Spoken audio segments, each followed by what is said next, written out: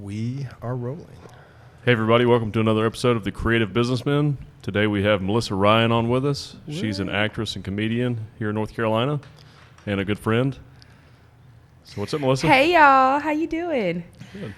Hey, I'm so nervous. I'm shy. I'm very shy. No, you're not. I'm not. I don't believe you. So do you want to introduce yourself and tell I mean, everyone you a did little it. I about thought we were going to keep going. I was so ready. I'm like There's a lot more to you self-absorbed. than that.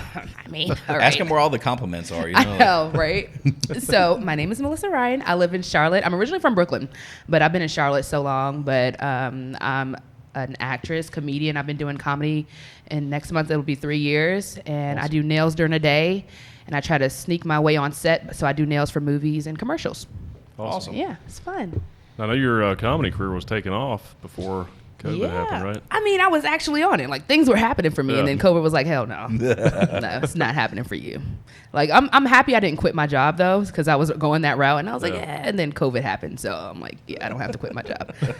I'm still unemployed, though. It's Well, totally hopefully fine. next year you can just pick right back up. Yeah, it'll pick back up. I mean, it's sad. I mean, some shows are still going on. I just Right. don't feel comfortable being in a room with everybody laughing just yet. Yeah. Like, you know, with D.L. Hughley passing out on stage. I know it was crazy. Yeah, y'all saw that? Saw Like, that, yeah. He passed out. I'm like, I'm curious how many people got COVID that night. So, Well, I know some of the shows they're doing out west, they have like plexiglass walls in front of the comics. That's a good idea. That is a good idea. Yeah. I used to host karaoke too, so I don't really know how karaoke would be a thing either. Like, do people feel comfortable with that? Like, I don't know.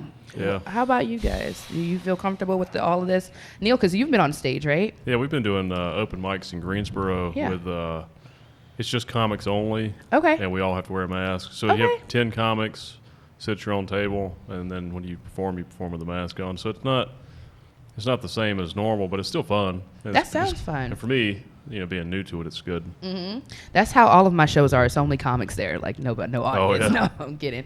But I mean, I get that. That's a good way to work out some new material. Yeah. But the thing about comedy is that once you've been around comedians so long, they start knowing your set. So it's kind of hard to do it for long term. Yeah. I guess. How often do you do like new material and stuff? I look at it like when we're at the Actors Lab, I just look at it like an acting class almost. Oh, that's smart. I mean, the good thing is every week there's different comedians there. Oh, So okay. you usually have the same. There's usually 4 or 5 people that are at every one, Okay. and then the other 5 will be different comedians. So you do have a little bit of a change in the audience. I like that And idea. that helps me gauge it, because if I get a few laughs from those other comics too, then it's a good thing. Right. And because it's hard to get laughs from comedians, for one. Yeah. Because I don't know about here, like, I don't know the Greensboro, area, but in Charlotte, everybody's like just stone face. Like, that's not funny. It's actually pretty good here, man. Like the comics here, they'll give you a laugh if they think it's funny. That's so good. Even if they've seen it, 10 times. That's good. There's like some comedians, I'm just like, I could laugh at every joke they say every time, and so I'm like, all right. Like, there's this one comedian who said like black people are like pennies, and I'm like, nah. What do you mean? What does that mean? I have no idea. Maybe he was referring to the other 1%, right? Okay, wait, ooh, don't try to save his ass. Am I past the 3-minute mark? They said no cursing for the you're first good. 3 minutes. All right, I think you're good. You're good. Yeah. yeah, but comedy's fun. I love it. Yeah. I'm trying to figure out the pennies thing though. Now I want to hear. Now I I want you wanna to know. elaborate. Like what was his thing? Like, I don't know. I kind of want to fight this guy right now. Yeah. It could be. I don't know. I don't really know his standpoint in that. I kind of tune out after he said that. I'm like, wow, I really want to whip your ass. Right Sounds now. like a great example of why you should keep your really fucking mouth shut. think about where that. But is it in comedy you kind I of have a agree. pass. But that's what I'm trying to figure out. Where the where's the penny come from? Like what's the I don't get the correlation. Yeah, I'm trying. Wait Like, a I'm second. so down for a racist joke, but it has to be a really good racist joke. Like, I'm down for it. You have to write it out really really well. Right. I like Man. a joke. If it's gonna be racist, it just needs to be racist to everybody. Everybody. I'm like down if for that. if then who's a nickel, right? Right. Who's a dime? Like we Oh. really need to go through and I hope he's watching. Where's my camera? I don't know where it's at, but I hope that's you're yours watching. right This there. is mine. All of them can get you. Okay, cool. I hope you're watching. You need to get all the races in there because I still want to. I still want to fight you. So Yeah. I don't know his standpoint, but comedy is so hard now to do it in like this PC world. Like everything has to be great, and you can't offend anybody. Can you imagine like Archie Bunker like trying to make his career like? They just restarted that show. Did they really? Yes. Shut up. And I've heard it's pretty good All too. in the It's who plays it? Do you know, Jesse? No idea. Wow. I can't remember, but I heard it's pretty good. I'm going to have to check it out. Me It has too. a great cast. I just can't think of the cast is. Okay, Right now, I'm drawing a blank. But I thought I saw like a live version where they were going to do a live version, and it was like a one-time thing. But I didn't know did they restart like the whole series? Like it's yeah, gonna the be whole a series. It's a current thing. I'm not sure what network it's on. Okay. So while he's looking that up, I got to tell you, I think they should be doing comedy things. You know they've been doing live music, right? I've heard. So go to any bar in Charlotte. Okay. Go to Lake Norman. I live on the lake, so go to Lake Norman. Go to any of the bars in the water. Mm-hmm. I used to own a bar called Lucky's Burger and Tap in Asheboro. Nice. Go to that bar. Go to any bar that's open. Mm-hmm. And tell me you don't see karaoke, live music, etc. And guess what? There ain't no social distancing going on None. inside. None. So it's really interesting which industries are being selectively enforced against. That's true. Like comedy is shut down, right? Completely. So think about this from this standpoint. It's not okay for a comedian on stage and an audience that's sitting, Right. but it is okay for live music and an audience that's mingling, that's dancing, that's drinking, that's Yeah. I don't understand. Yeah. I think we should just come up where it goes across the board. Like that's my only problem with Yeah. it. Like if we're gonna do something, if we're gonna shut it down, let's shut it down. If we're not, let's not. You know what it is? Scientists have proven if you're at the beach and you're sitting, you have to wear your mask. Oh hell no. But if you're in the restaurant sitting, you don't have to. But when you walk into the bathroom, you better put it on. Because COVID's dangerous depending on where you're at. Yeah. The rules change. Yeah. Okay. Sure. I don't get that. I'm not wearing no damn mask on the beach. I agree. The problem with me is consistency of enforcement. Right. That's my thing. Yeah, so is it's like- just be consistent. Yeah. I don't understand. Do you have children or no? Hell no. Okay, well, if you did, my next thing was going to be like, they're trying to make kids wear masks for 8 hours a day. They're Like kindergartners. they're Like, not you gonna can't- do that. You can't do that. No, the mask is going to be up someone's ass in the first 30 minutes. You can't do it. I mean, they bring Yeah. home germs anyway. So Oh, yeah. imagine, Yeah. like, Yeah. can you imagine them wearing the mask? No. I don't. Listen, they shouldn't. my wear little masks. kids, I want you to tell a kindergartner he's going to wear it for 8 hours. Like, enforce that. No, Enforce no, that. it's not going to happen. And I got 3 boys. It's just not going to work. It's not. Yeah, and it is what it is, but So Woody Harrelson is playing Archie Bunker. Nice. Yeah. That's going to be we have to interesting. check it out. When's it supposed to release? It's already out. Oh, I it think it is? came out last Shut year. up. I think it came out in Last 2019. year? Yeah. We are hella late to this party. Like, There's been too much other shit going on. I know. We're yeah. I don't 2020 understand. has been a blur. It's It's are we just in 2020? It's a write-off.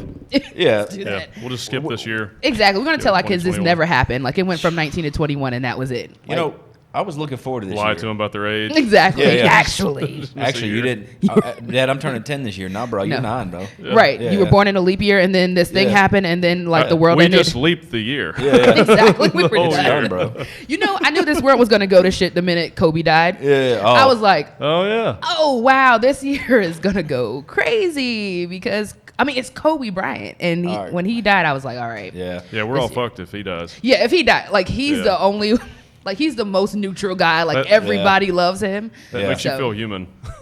Yeah. No, I did a post Yeah. right after he passed away, and I feel terrible. I can't remember his daughter's name. Oh, the one. Now I'm gonna feel like an idiot. What I was don't know it? anything about sports, so Are you Anyway. talking about Kobe's daughter? Yeah. Gigi. Gigi. So I was like, man, this is really. So as an adult, death is sad, right? But as an adult, I'm like, you know what? If somebody's got to go, I'll go, right? Before my kids. I think, yeah.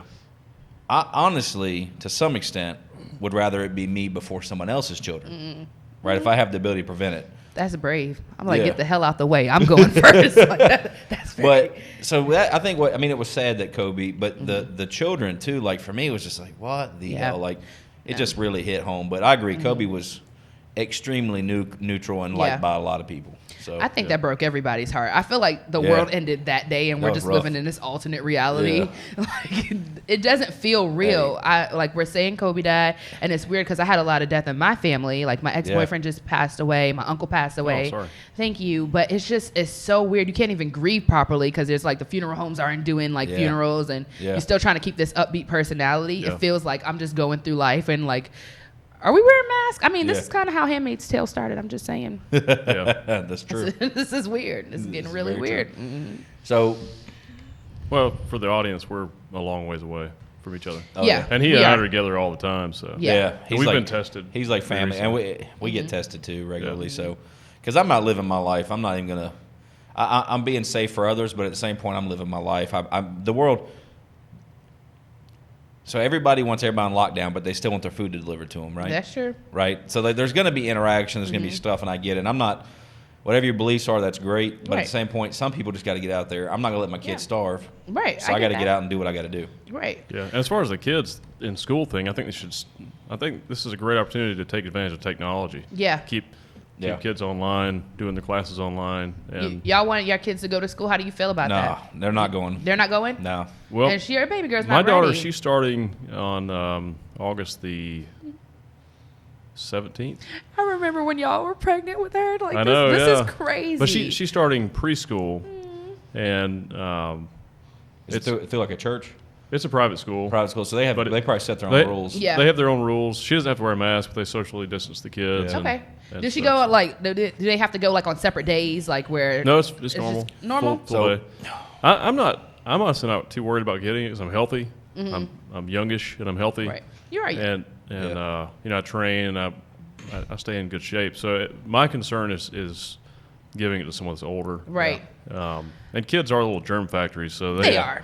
But the good thing about kids is they're not likely to contract it. Mm-hmm. And so I'm not too worried about that either. And I know the school that she's going to go to is a really good school. It's real safe. good. But like I do understand people wearing masks because I don't pay attention to the news. Well, It's all negative anyway. I so- read Yeah. science journals and pay attention to scientists and doctors, people that are actually doing the research. Learned gentlemen. And the biggest problem I think with the COVID situation with masks especially is early on they lied to us. They said, You don't need a mask. right, yeah, they said you don't need a mask, they don't work. And I was like, that doesn't sound I right. remember you saying I disagree, and I'm like, Yeah, and I was thinking, What are you talking about? Dr. Fauci said so, man. Right. yeah, the guy that's supposed to be our number one leader. source, Right. he's telling us bullshit now. And now we're supposed to be. Now you're a bad person if you don't believe him. Right. Like, why the fuck would people believe him? He No, I lied to get people out the gate. And I didn't think of it that way, but I understand that now. Yeah. Like, it makes sense when you put it that way because I had a client. She was like, no, seriously, we all need to be a mask because what they're trying to do is hoard it. And then it's only for certain people. And then now we're all fucked in the end. well, there's a Yeah. So, Which could be fun. I mean, for some I'm people. down. If you did. I don't know where we are. So early, I follow a scientist. He wasn't at MIT. I think he's starting his own company now. But his name is Lex Friedman. Okay. Brilliant guy. And he shared a bunch of research from journals and stuff about masks early on. And I think I shared it with you. And I shared it on social media a lot too. And the studies were showing that masks actually do work. They're very effective in preventing the spread and the contraction of any kind of virus like that. Right. And so my argument early on was don't shut the economy down. Just put masks on people in public. Just require people to wear masks in public, and you'll save the economy. But it kept it's such a clusterfuck of information It that is. nobody cares anymore. Nobody Right. believes it. And I think, unfortunately, it's going to make a lot of people get sick. I think so And- too. It's hard because, like you said, we don't know what to believe. I don't exactly blame a lot of people though, because no one has ever been in a fucking pandemic. Like, so you can't. I don't that's personally true, yeah. blame It's people very for bizarre for us. It's weird for everybody. So I don't know what I'm doing with life. I wear my mask just in case because I have a lot of elderly people I'm around. Yeah. And it would kill me if I knew I gave it to somebody else. Yeah. Once Yeah. they said that obese people were fucked, I was like, oh yeah, I might want to stay inside. I don't really know how this is gonna affect me. But- so. I'm obese, right? Like, here's my Is thing. this- okay. But prior to 2020, Okay. last year, did you go? Damn it! Almost 700,000 people died this year already from being obese. 700,000, right? More than the COVID deaths, right? Oh shit! I better change my lifestyle, right? You didn't Yeah, think I about didn't it, think about that. right? How about you don't have children, but I do? How about the number of people kidnapped in the United States is more last year than the worldwide deaths of COVID, which means in this country, which you feel safe in, you're more likely to be kidnapped Right. Than to catch. And- than to die from technically. COVID, right? And to be clear on that data, the data is confusing on that, but he's 100% right. Mm-hmm. It's about, I think, 600,000 people a year go missing. The majority of those are children. Mm-hmm. They don't consider those kidnappings because they don't know what happened to them. Right. But they're kidnapped. Right. They got snatched. Right. So they're gone. So it's like, so for me, it's like I've got a brother that's a smoker. He's also, and I'm not trying to talk negative about him. I tell this to him to his face. He's in end-stage renal failure, been there for 5 years. He's on dialysis 3 times a week. The dude still smokes. That's right insane. Now. He's a grown-ass man. Mm-hmm. Like, I tell him, and I talk to him like a grown-ass man, and he's my brother. I don't give a shit if you smoke. I think you're an idiot. Right. I love you to death. I don't think you should smoke. It's also depression. It is. Yeah. Right? And that's what he says. But at the end of the day, he's a grown man. If he wants to smoke, smoke. Right. Like, and that's kind of how I don't judge people. You say, hey, people don't know how to act in a pandemic. They don't. I don't judge them. Like, hey, you want to wear a mask, wear a mask. You don't, that's fine. Right. And I respect people's anxieties too. If you don't want me to touch, and exactly. I'm kind of the same way with some people because I literally see about 14 different people a day. Yeah. Like, and then I'm around a lot of people. So I protect myself just to not pass it 100%, on. Yeah. But at the same time, I think if people want to go out and do stuff, go do it. I feel like you have that right to go out there. If I don't feel comfortable, I'm gonna stay at home. Right. You know, that's my thing. It's safer in the sun, but they closed all the outdoor activities. Like, that makes no sense to me. I have no idea. That's a good point because that's some of the policies aren't following the science. Yeah. Back to one thing. Fast food is a pandemic. Yeah. 100%. Bad, shitty food's a pandemic. Yeah. Well, that's true. I agree. It kills you. It kills more people than cigarettes. That's true. That's true. And that's 500,000 people a year. I'm going to treat it like a drug and tell you I've been clean for going on 6 months. Yeah, he's doing great. You've lost, 50, 60 pounds. Yeah, well, I weigh in once a month. So on the 12th of next month of August, I'll weigh in. That'll be my official 6 month. I had already lost about 50. So I'm thinking probably like 65 pounds total. It's awesome. But That's awesome. But that was the I don't even call it a diet, but just changing my lifestyle and what I'm consuming. No fast food. Right. Just stay away from that shit. You have to. I don't like. I know I should, and it's the same thing. I know I should stay away from. Yeah. But let me tell you how Wendy's had this 4-for-4 deal. That was amazing. Okay. Hey, did you ever used to get you remember McDonald's, right? Yes. 2 o'clock in the morning, I'm driving home, $11.99, 50-piece nugget, 2 fries, 2 large drinks. That doesn't even sound safe. No one should have 50 nuggets for $11. It doesn't exactly. 2 drinks, 2 fries, all the sauce you can eat. Exactly. I think that would just kill me. Oh, it was awesome. Exactly. It was awesome. And then, have you ever had Chick-fil-A sauce? Yeah. You ever go to Chick-fil-A and drop $30-$40 and they're like, oh, you taking food home to family? No, this is for me. Yeah, it's a long ride home. Listen, I can't. I'm sorry. I really want to give up junk food. Like, I really, really want to, because I feel like it affects my career. You know, we're in the business, we're in the acting world. People judge you. It's about appearance. I think you carry yourself well, though. Oh, thank you. Thank you. I was telling Garrett that we brought back here. He goes, oh, does she look good? I said, she carries herself very well. I am single. Hey. Just putting that out there. It was the one I was telling you was a stripper. Okay. He's 26. He's abbed up. He's a little too young for me. I like 30 and up, even though I'm 28. Okay, actually, I like 60 and up at this point. Hey, there you go. You know, whatever. I like it. I have daddy issues. It's totally fine. So anyway, no, but I don't know where I was going with that because I forgot I'm single. Okay, what?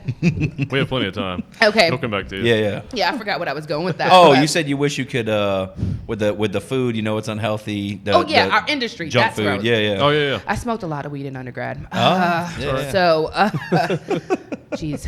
But I know our industry judges us. Right. They do. Whether they say, oh, we're about body positivity, we love everybody. All right, here's the deal. Yeah. They don't want to see fat people on camera. That's that. I mean, they don't love everybody. They don't love everybody. I agree with that. I've met people who are like, I kind of don't like, they just don't. They don't care. They don't care. They don't give a shit. No. Okay, so I know it's the best for my career. I know it's the best for my health. But yet, I'm definitely in line for a number 1 at Chick-fil-A. I don't think a lot of times. I did the spicy. I think it's the number 3. It's been a while, but they changed it up. It's not the number 3 anymore. Oh my goodness! I know. Oh, is it number 4 now? It's a number 2. Oh man, it's working its way to the top. I know. We're up there. This is sad that I know that. I don't think weight's a problem in comedy, though. No, and that's another reason I got into comedy. I think a lot of people go into comedy for several reasons. I go into comedy because I feel like it keeps me on track with acting. So more people are like, oh, I go into comedy because I love making people laugh. I love to make people smile. That's not my reason. I like to, if you get asides, which a script, basically. If you get sides, they want people with comedic timing. My agent is always, pushing stuff for comedic timing. You have to have your comedic timing on point on camera when you won't get booked for that. Right. So that's why I get on stage. For me, every day I look at it as an acting opportunity. Even when I'm with my clients, like I love my job. I have the best boss in the world. Shout out to my boss. Yes, hey. She believes in my dreams though. Honestly, she's let me get off of work last minute to go live my dreams. Which she's like, go. Awesome. Wait, quick shout out. Where's this boss at? What's Paint Nail Bar, Burtondale. Hey. They told me to say that. No kidding. Hey, tell them to do that transfer. I know. Tell them to Thank cash you. out those funds. I accept all forms of payment, EBT included. Unless that's a felony. Just kidding. Yeah, just kidding. We don't pay 50% for that. Exactly. That doesn't happen. Yes, but you didn't know I was old school hustler, did you? I didn't know. Yeah. This is kind of cute. Anyway. No, but I say all that to say I have an amazing boss who really does believe in me, and she's so excited. I'm not going to cry. She's rubbing off on me. Nope, not going to cry. She's a crier. Uh-oh. So anyway, it's just good to have that support of somebody who's like, look, I know this place isn't your end all. Go live your acting dream. Go do that. That's cool. It's really something I don't take for granted. Yeah.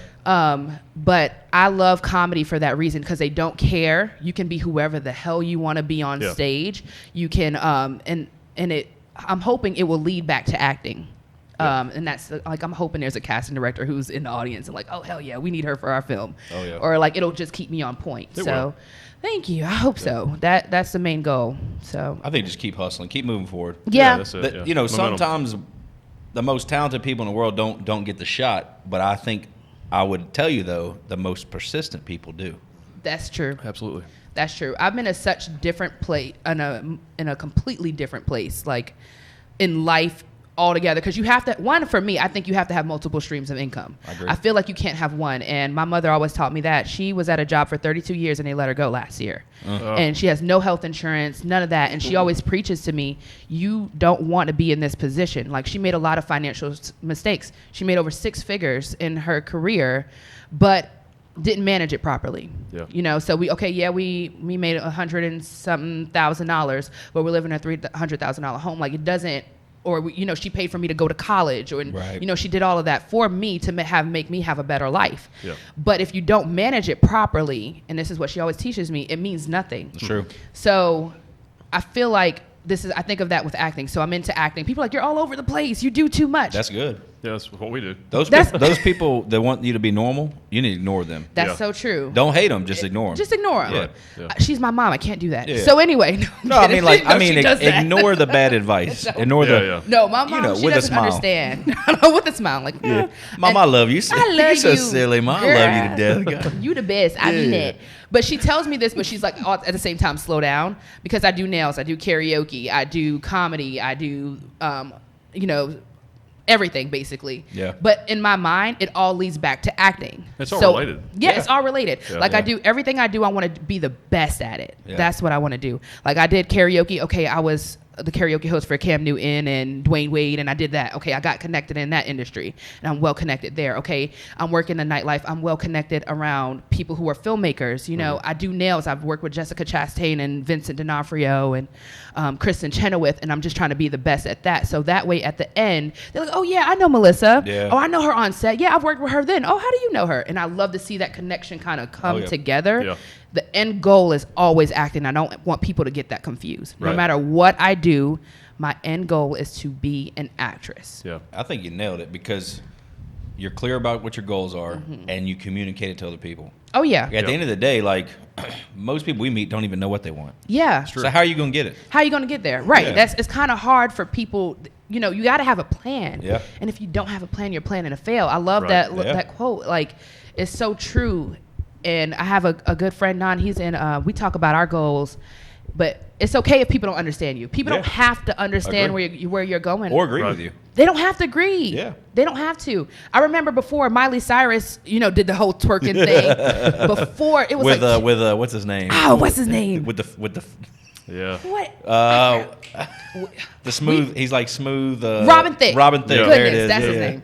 Before he got sued. I know, before before that. Before that. Right. Like I would tell my mom, like, we need to like invent this twerking class. I know it sounds crazy. She's like, twerking, that sounds stupid. And she was like, and then after Miley did it, everybody started doing twerking classes. I was like, listen, but we can charge $10 a class. We can do this. And my mom's like, yeah, that makes no sense to me. I'm like, all right. So I got discouraged from doing it. Yeah. And then once it blew up, it happened and people were becoming millionaires off of twerking. Or not million, I'm being just dramatic. Okay, like 100,000-aires from twerking. Yeah. And I was like, I told you. And then she sat me down. She's like, listen, no matter what I say, do it. Yeah. Don't listen to me. Yeah. Because I could be wrong. Yeah. Do what you have to do for you, and if you're wrong, you're wrong. You failed. So what? Get back up and do it. And that's such a good lesson I'm so grateful she taught me that. Oh yeah. And she's been doing that all my life. So the twerking videos aren't. Your mom's not the target demographic. She's not that. Not at all. That's why she didn't. It didn't resonate with her, right? Exactly. Yeah. Because now, so you can't. Like I used to do this constantly. I'd pitch to my family, stuff like that, and they wouldn't get it. They think I was crazy. Some of the stuff that him and I do now, currently, people don't understand. They don't have to. Yeah, that's fine. As a matter of fact, matter. I stopped trying to explain it, honestly.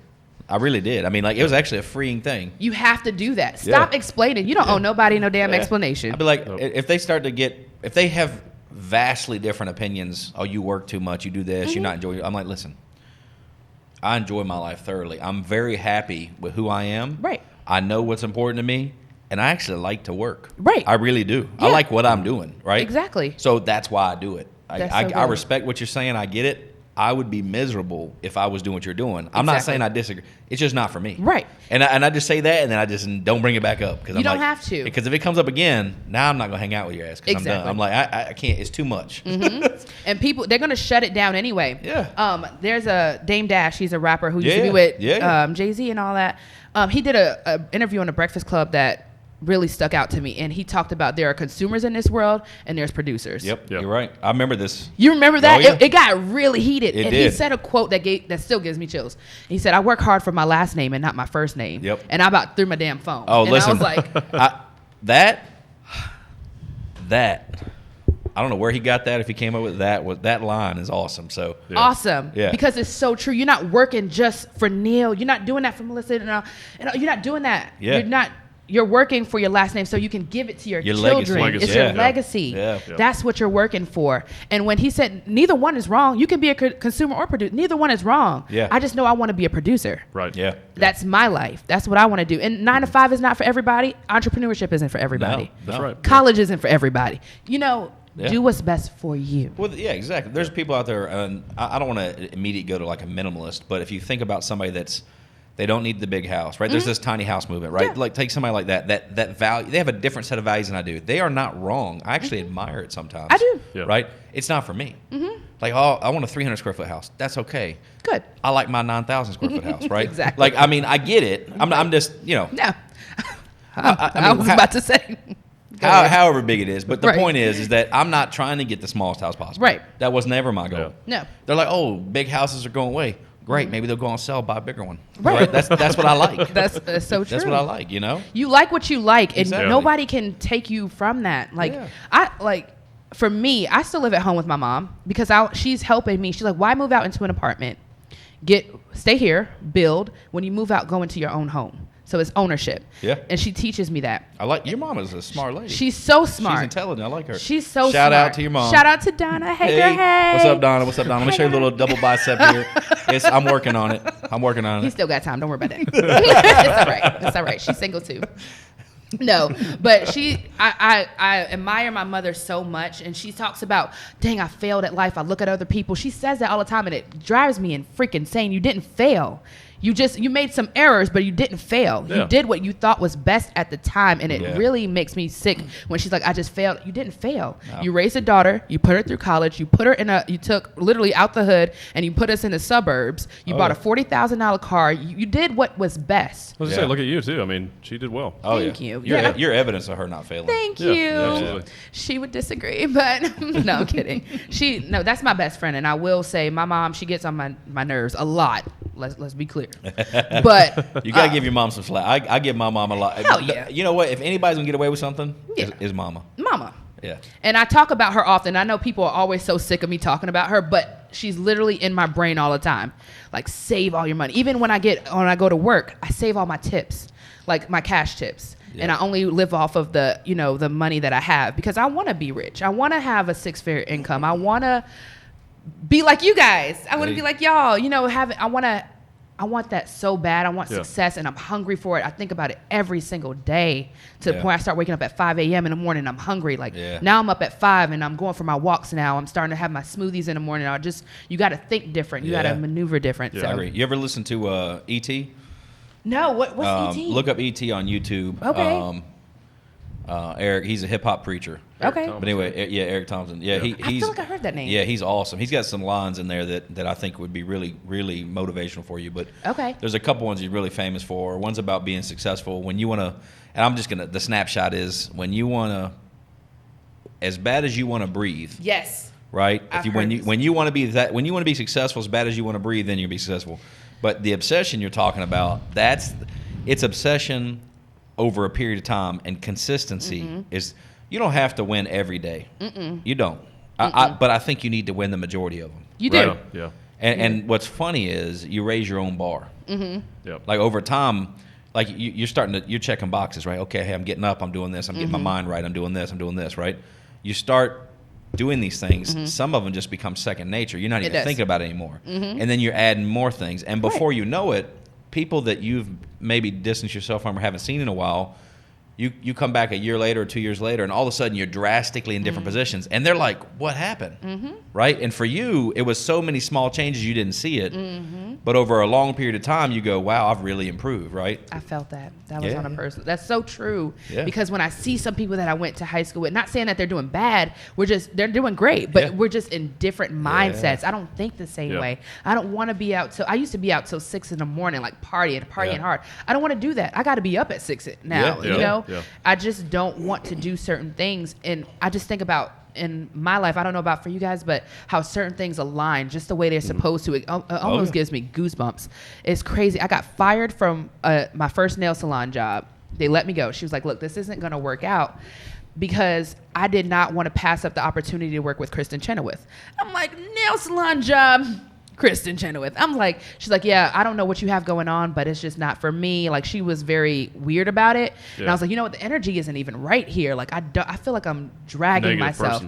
She's so negative, and I'm so glad she fired me, because that opportunity led to another opportunity. And the way that you have to align yourself with people who are going to, if they don't believe in you, that's fine, but you have to have the motivation around you. Yeah. You have to have that circle of people. And like Steve Harvey says, if you're going to have 9 dummies around, if you're going to have 10 dummies around, you're going to be that 11th. If there's 9, you're going to be the 10th. You're going to be who you are around, no matter how strong you are. And you may very well be a strong person, but I feel like if you're around the people that you want to be like, or you get what I'm saying? Yeah, you associate with the people you want to be like. Yeah. You have to. I love being the dumbest person in the room. Honestly, I kind of do. I like that. I don't want to be the smartest person in the room. If I am, that's a problem. Yeah, I agree. Why am I teaching you stuff? Even with my dating life, which is non-existent, let's be clear.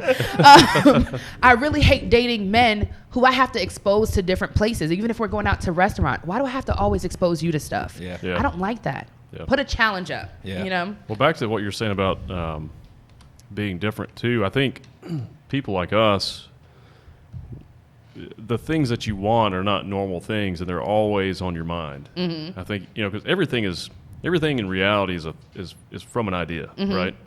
And I think you have to keep acting on these ideas. You have to keep pursuing your ideas and your thoughts. And if you just have this burning desire to be successful at something, you just can't let that go. You have to keep pursuing it. A lot of people don't have that, I think. A lot of people just settle with wherever they're at in life. They don't believe those things are possible. Yeah. And I think that's a big part of it, is just it's believing that you can achieve these goals, focusing on the ideas, having a plan to attain the ideas or to realize your ideas, and staying motivated and keeping momentum.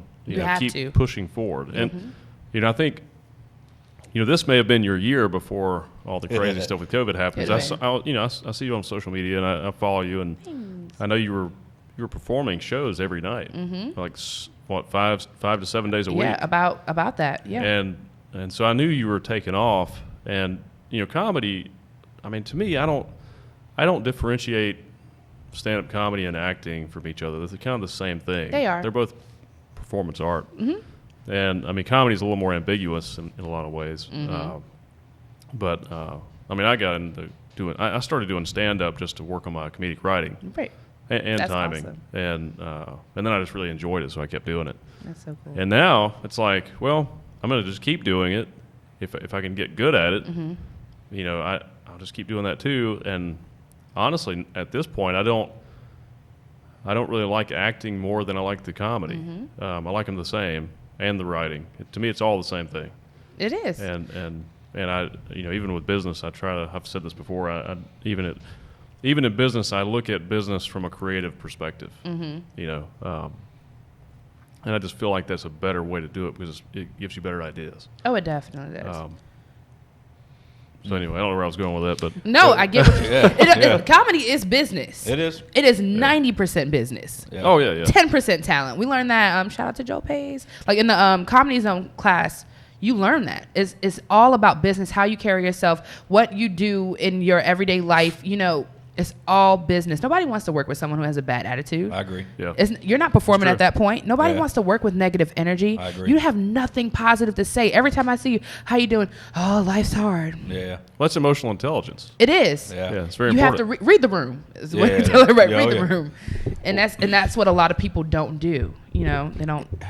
I was gonna say, so I gotta be real careful how I word this because it's gonna come off in a way that's meant to offend somebody. That's not what it's designed to do. But I've got a family member who's, I want to be successful. I want to be successful, and I hear that all the time. Everybody. If you ask anybody, I guarantee you, do a poll. Do you want to be successful? Such a broad question, right? And you're gonna hear, oh yeah, right? But they don't have specificity, right? And then when I say, all right, if I tell you that if you follow this plan, you're going to be successful, right? But this plan requires you to not have a dedicated schedule. You're not going to get all these sick days. You're not going to be able to take the time off when you want. You're going to miss family events. You're going to miss dinners because things are going to happen at inconvenient times, and you're going to have to deal with it. And you're going to have to put in twice the effort, 3 times the effort, 4 times the effort you're currently putting in. But if you do this over an extended period of time, you're going to be successful, right? And the moment I start listing the things that they may miss out on, They're done. they're done, right? Or And they start giving you reasons they can't I do can't those do this things. because yeah. because this happened Yeah. and then this happened. Listen, my childhood best friend's mother's sister just passed away, and I'm just not going to be able to come in today. Like, yeah, and I'm giving you a weird example that I got. We got one the other day, an employee that got terminated that we heard about through one of our clients, and they sent us all the video. And basically what happened is they were saying, hey, we're having some brake fluid leak. Now, the car, obviously brake fluid leaking, this car still works. The manager basically tried to help arrange transportation, said they'd pay for an Uber, all kinds of stuff. Employee starts cussing at the manager, this and that. Oh, you don't care about my life. Like, actually, the manager's trying to help. Right. And the manager's like, look, we have an obligation to run the store. I will help you solve this, right? And then giving solutions, and we'll pay for it. And But I can't do this and this happened. What it was is the employee didn't want to come into work. Just Exactly. say you don't Just want say to you do don't it. wanna come in. Yeah. That's it. Just say that. And it kills me, but that's the story. Like, that's it. I hear so many people that are like, hey, I want to be successful. But when it comes time to make a sacrifice, it's easy to work when you want to. When it comes time to sacrifice, you got a vacation, you got a trip. Let's say you're going out with your girl. You know, you're about to get it in tonight. You're going out for dinner, whatever. And you got to cancel the plans. That's when it's difficult. When you got to make that decision and you got to do it consistently, that's when you figure out if you're going to have what it takes or not. You have to figure out what is more important. I agree. And I don't have all the answers. I'm not going to sit up here and say I'm successful, I have this. No, I don't have it all together. But if you do what you're doing right now, you will be. You're getting Thank there. you. Yeah. I'm really, thank you for saying that because I'm pushing for it. I'm working hard. I remember my ex passing away when he was murdered. And now I'm so happy I can talk about it without crying. But when he passed away, I got up and I went to work the next day. I can't be home. Yeah. I have, like, my boss, she was like, if you need to take off, please, we'll work it out. Do what you have to do. Take care of you. I'm like, no. Business is already done. We have these clients booked in. I'm not going to sacrifice their day. There's money to be made. We have to make this work. Yes, I'm so heartbroken that he's passed away. I'm literally, I can't breathe. My clients may not understand. I'm blabbing on. You know, I can't form words. But guess what? At the end of the day, this is business. Yeah. And you have to sacrifice. You really do. And I'm not saying everyone has to go to that extreme. Grieve the way you need to grieve if something happens. Yeah. But something like your car happening and you can't make it to work, that's BS. Yeah. You know? And I am going to pick up my brother. My brother went swimming for lunch, right? For his lunch break, he's going to get in shape. He went swimming. He got some chlorine in his eye. So he called out of work because he had chlorine. His eye was irritated. If you don't rinse some water. He didn't call out of work for me. Let me be clear, because that doesn't work, right? And it doesn't work for my regular employees. It damn sure ain't gonna work for family, because I'm hard on family. Hard on family. You know. have to be. But I'm like, man, you know that. I was like, you know that was some bullshit, right? But what it is it's allowed and accepted behavior in the field that he's in. Yep. And that's why he makes a third or a fourth of what he could make. It's the difference between a person that has a job and an entrepreneur. I agree. Entrepreneurs That's so true. take responsibility, and we carry all the weight. And there's nobody to, like, if I have a problem, I have to deal with it. I don't have anyone that's going to handle it for me. Yeah. I can't call into work and be like, I can't be at work Can't today. do it. Yeah. Like, let me call myself and tell me that I can't be in work today. What excuse is going to work Hey, this time? Sal. Yeah. You can't. Shut the fuck up and go to work. Yeah, exactly. And sometimes, like today, I told him earlier, I was like, man, if there was ever a day, I was up all night. I was like, if there was ever a day, but guess what? I drove my ass here. I'm here, right? I'm on with the teams. When we finish today, I've got 14, 15 more hours, and I'll do it. Right. I'll do it with a smile on my face. With a smile. Yeah, That's what you have to do. Yeah. Because if that seat's empty, then no one else is going to sit in that seat. Exactly, man. You know, Or someone could take it, like hypothetically. That's If right. you're not Well, there, that's true. someone else I could agree. take that spot. Listen, That's a great we're point. in a capitalistic society. Exactly. If you don't get that concept, if you don't provide either the product or the service, someone else will. Yep, that's true. Tell that to my boyfriends. Yeah. If you don't get it together, someone else will. That's exactly one right. day. No, that's- but for real. Exactly People right. ask us. Yeah. Well, they ask me a lot. I'm sure you get the same question. Like, why do you work all the time? Why can't you take a break? And you can't lose momentum. When you lose momentum, For a somebody's second. going to jump in there and take your Yeah. place. Well, That's You true. have to do that. Have to have that mindset. Before COVID, so everybody's like, you need to take a break, you need to take a break, you need to take a break. For years, actually for like, because I lost everything with this whole cycle, and you guys can check out some of the original podcasts, you'll see some of that story, but like episode 1 and 2. But when I lost everything, I went through this period where like 8 months of, it was an 18-month process, but 8 months of it was hell. I had all the break I needed, right? Like in my mind. Then I went through years where I didn't take any time at all. I didn't take a trip. We didn't go to the beach. We didn't do nothing. I worked my ass off, right? And then even as I started to do really well, I'd get my family wherever they're going to go.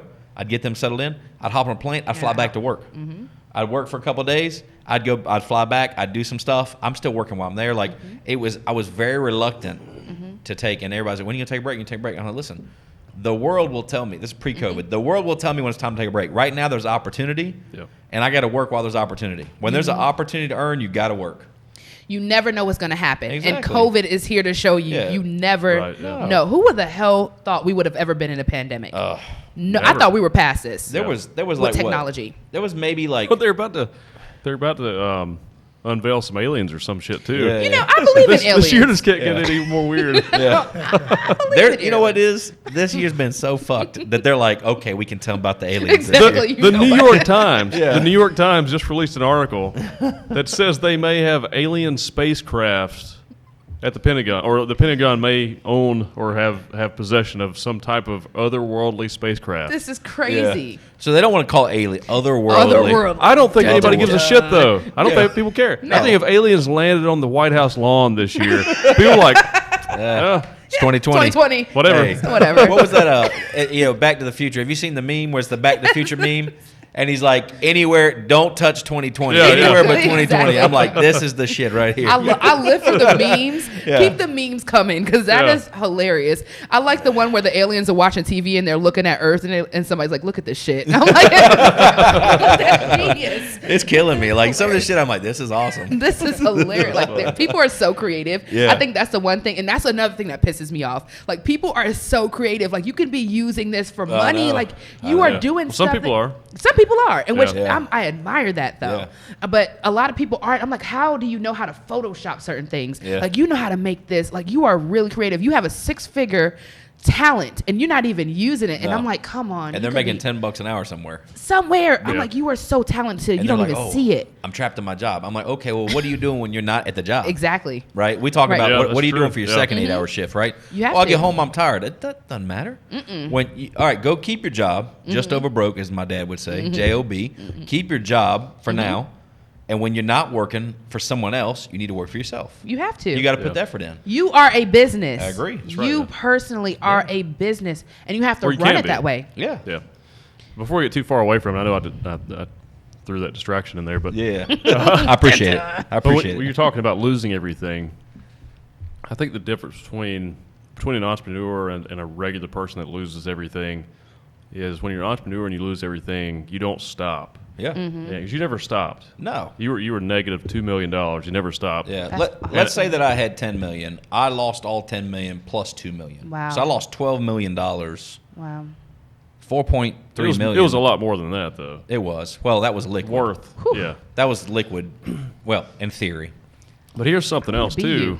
and something you didn't know. I lost pretty much everything also when I was at the Actors Lab during Really? that time, and I didn't stop though. I just kept doing the stuff I was doing. And you sitting there motivating the whole damn class, and you done lost everything. You were motivating us, and I didn't fall as far down as he did, but I lost pretty much everything, and I just barely hung on Yeah. and just kept pushing through and drove through it and built myself back up. Yeah. And that's why I started taking the acting classes, because I'd had some hiccups, not anything too serious. I was like, maybe I've got a little time to pursue some art, because I've always wanted to do it. So I started studying with JD, doing private lessons for a year, and then I joined the class and really enjoyed that. And during that time, going through that, I was taking some huge losses, and I was like, I was thinking I was going to have to file bankruptcy. I should have filed bankruptcy, honestly, but I It'd come out didn't. better. Yeah, and there were some really scary moments. Like, Wow. I mean, I was completely broke at sometimes, and but I just had enough experience to know that if you just keep pushing forward and driving through it, you'll come out the other end. Yeah. you absolutely did. you have to keep that Yeah. mindset of being strong. And I had Yeah. no idea you were going through that. I remember JD would talk about you before you even in the class. He was like, "Man, I met this guy. He's so motivational. Like, he keeps me going." Like, he talked about you like way before I physically saw you. So when you came into class, I was like, I already know this guy. Like, I feel like I know this That's whole funny. life. So that's awesome to hear Well, that. Since he's bringing that up, and we were talking about Kobe earlier, so I'm going to try and do a good analogy here. But Kobe didn't waste time focusing on the shots he missed. Missing shots was part of taking the shot, right? You have to miss shots in order to be able to make them, right? So in life, like for your mom, she right now what she's doing, she's focusing on her missed shots sometimes, right? But that's not what's important.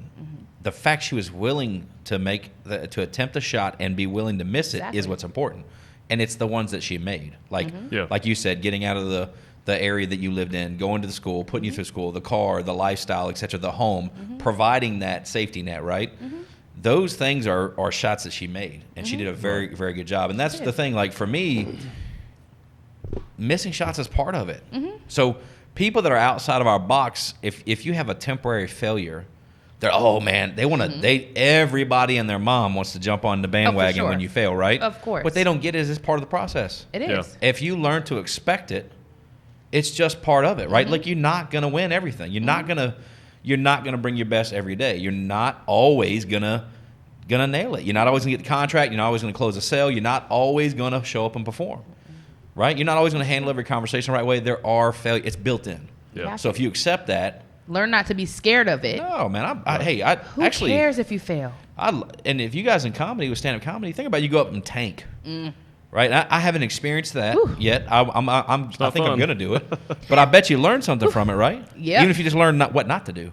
I got booed in Atlanta, Hey. and I'll never forget it. How about that guy with the penny analogy? I bet you he doesn't do that again. Oh, no, he still does that. Oh. I'm hoping that we stop that. That's an example of somebody that hadn't learned their lesson Exactly. yet. He learned his lesson. Well, it's open mic too, so he's still got time He's to trying to figure it figure it out. Maybe. I don't know Maybe who he'll said that. So. Maybe he'll take your criticism and he'll I hope add some so. more racist know. other racist racism Exactly. in there. I hope he works it out. Yeah, work that out. Just go all in and ruin his career. Right, Yeah. go all in. You know Go ahead and what? talk about Screw it. Jews. I Talk about know. all of them. Yeah. Anti-Semitic, all that stuff. Yeah, Go yeah. for it. But I hope he works that out quick, especially in this world right now, 2020. Like, I hope he doesn't go back Tough. on stage Yeah. and try to work that out. I mean, we all have lessons, and he'll learn his lesson. He will. Like, somebody is gonna really. I joke about whooping his ass, but somebody is really gonna try to whoop his Oh, ass. yeah. Like at some point. Listen, sometimes a good punch in the face, and I can know. tell you this from experience, giving a man, receiving him, a good, and this is going to be graphic, a swift kick in the dick is sometimes what you need. I love it. Right? I'm gonna steal that. I'm serious. I got little brothers, and my mom would be like, and I'm like, Mom, listen, when I was going through my shit, I needed a swift kick in the dick. You The sometimes need PC it. version is kicking ass. No, I needed to kick in the dick. I need somebody to not That's me. gonna hurt Like, worse. yeah, like you. I needed to get out of my funk, right? And when my little brothers, my mom's the carrot, I'm the swift kick in the dick. That's what I tell her. love it. I'm telling. I love it that. works. I'm stealing that because Yeah. that's genius. It is. Failure's great though. It Failure's is. a great It experience. is. Just It don't is. just don't Yeah. linger in it. Right? Yeah. Don't, What was the lesson? Don't focus on Yeah. it, but just learn from it. Learn from Yeah. it. Yeah. You have to figure out what the heck was the lesson from that. What were you trying to teach me? Maybe I should have done it this way. That's right.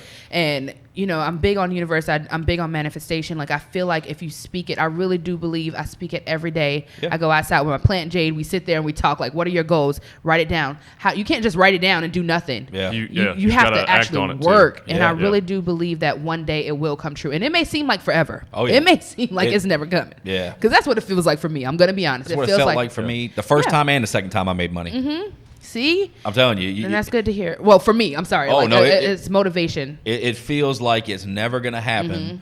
Mm-hmm. And what you got to do, it's kind of like the analogy for me for losing weight. This is what I'm trying to. I'm going to write a book about business principles to lose weight. But what it is that You shouldn't have said that. Yeah. You shouldn't have said shit because Yeah. somebody's going to Somebody's gonna that. steal it. Fuck Exactly. y'all. That's actually a really good Well, idea. Don't take my shit. You have it on tape, so Yeah. But think about it though. Like you got to do something over and over and over and over again, even though you can't see results immediately, right? Because that's what if you're doing long term changing your lifestyle, it takes. You got to do something consistently, day in day out for years potentially to really turn it around.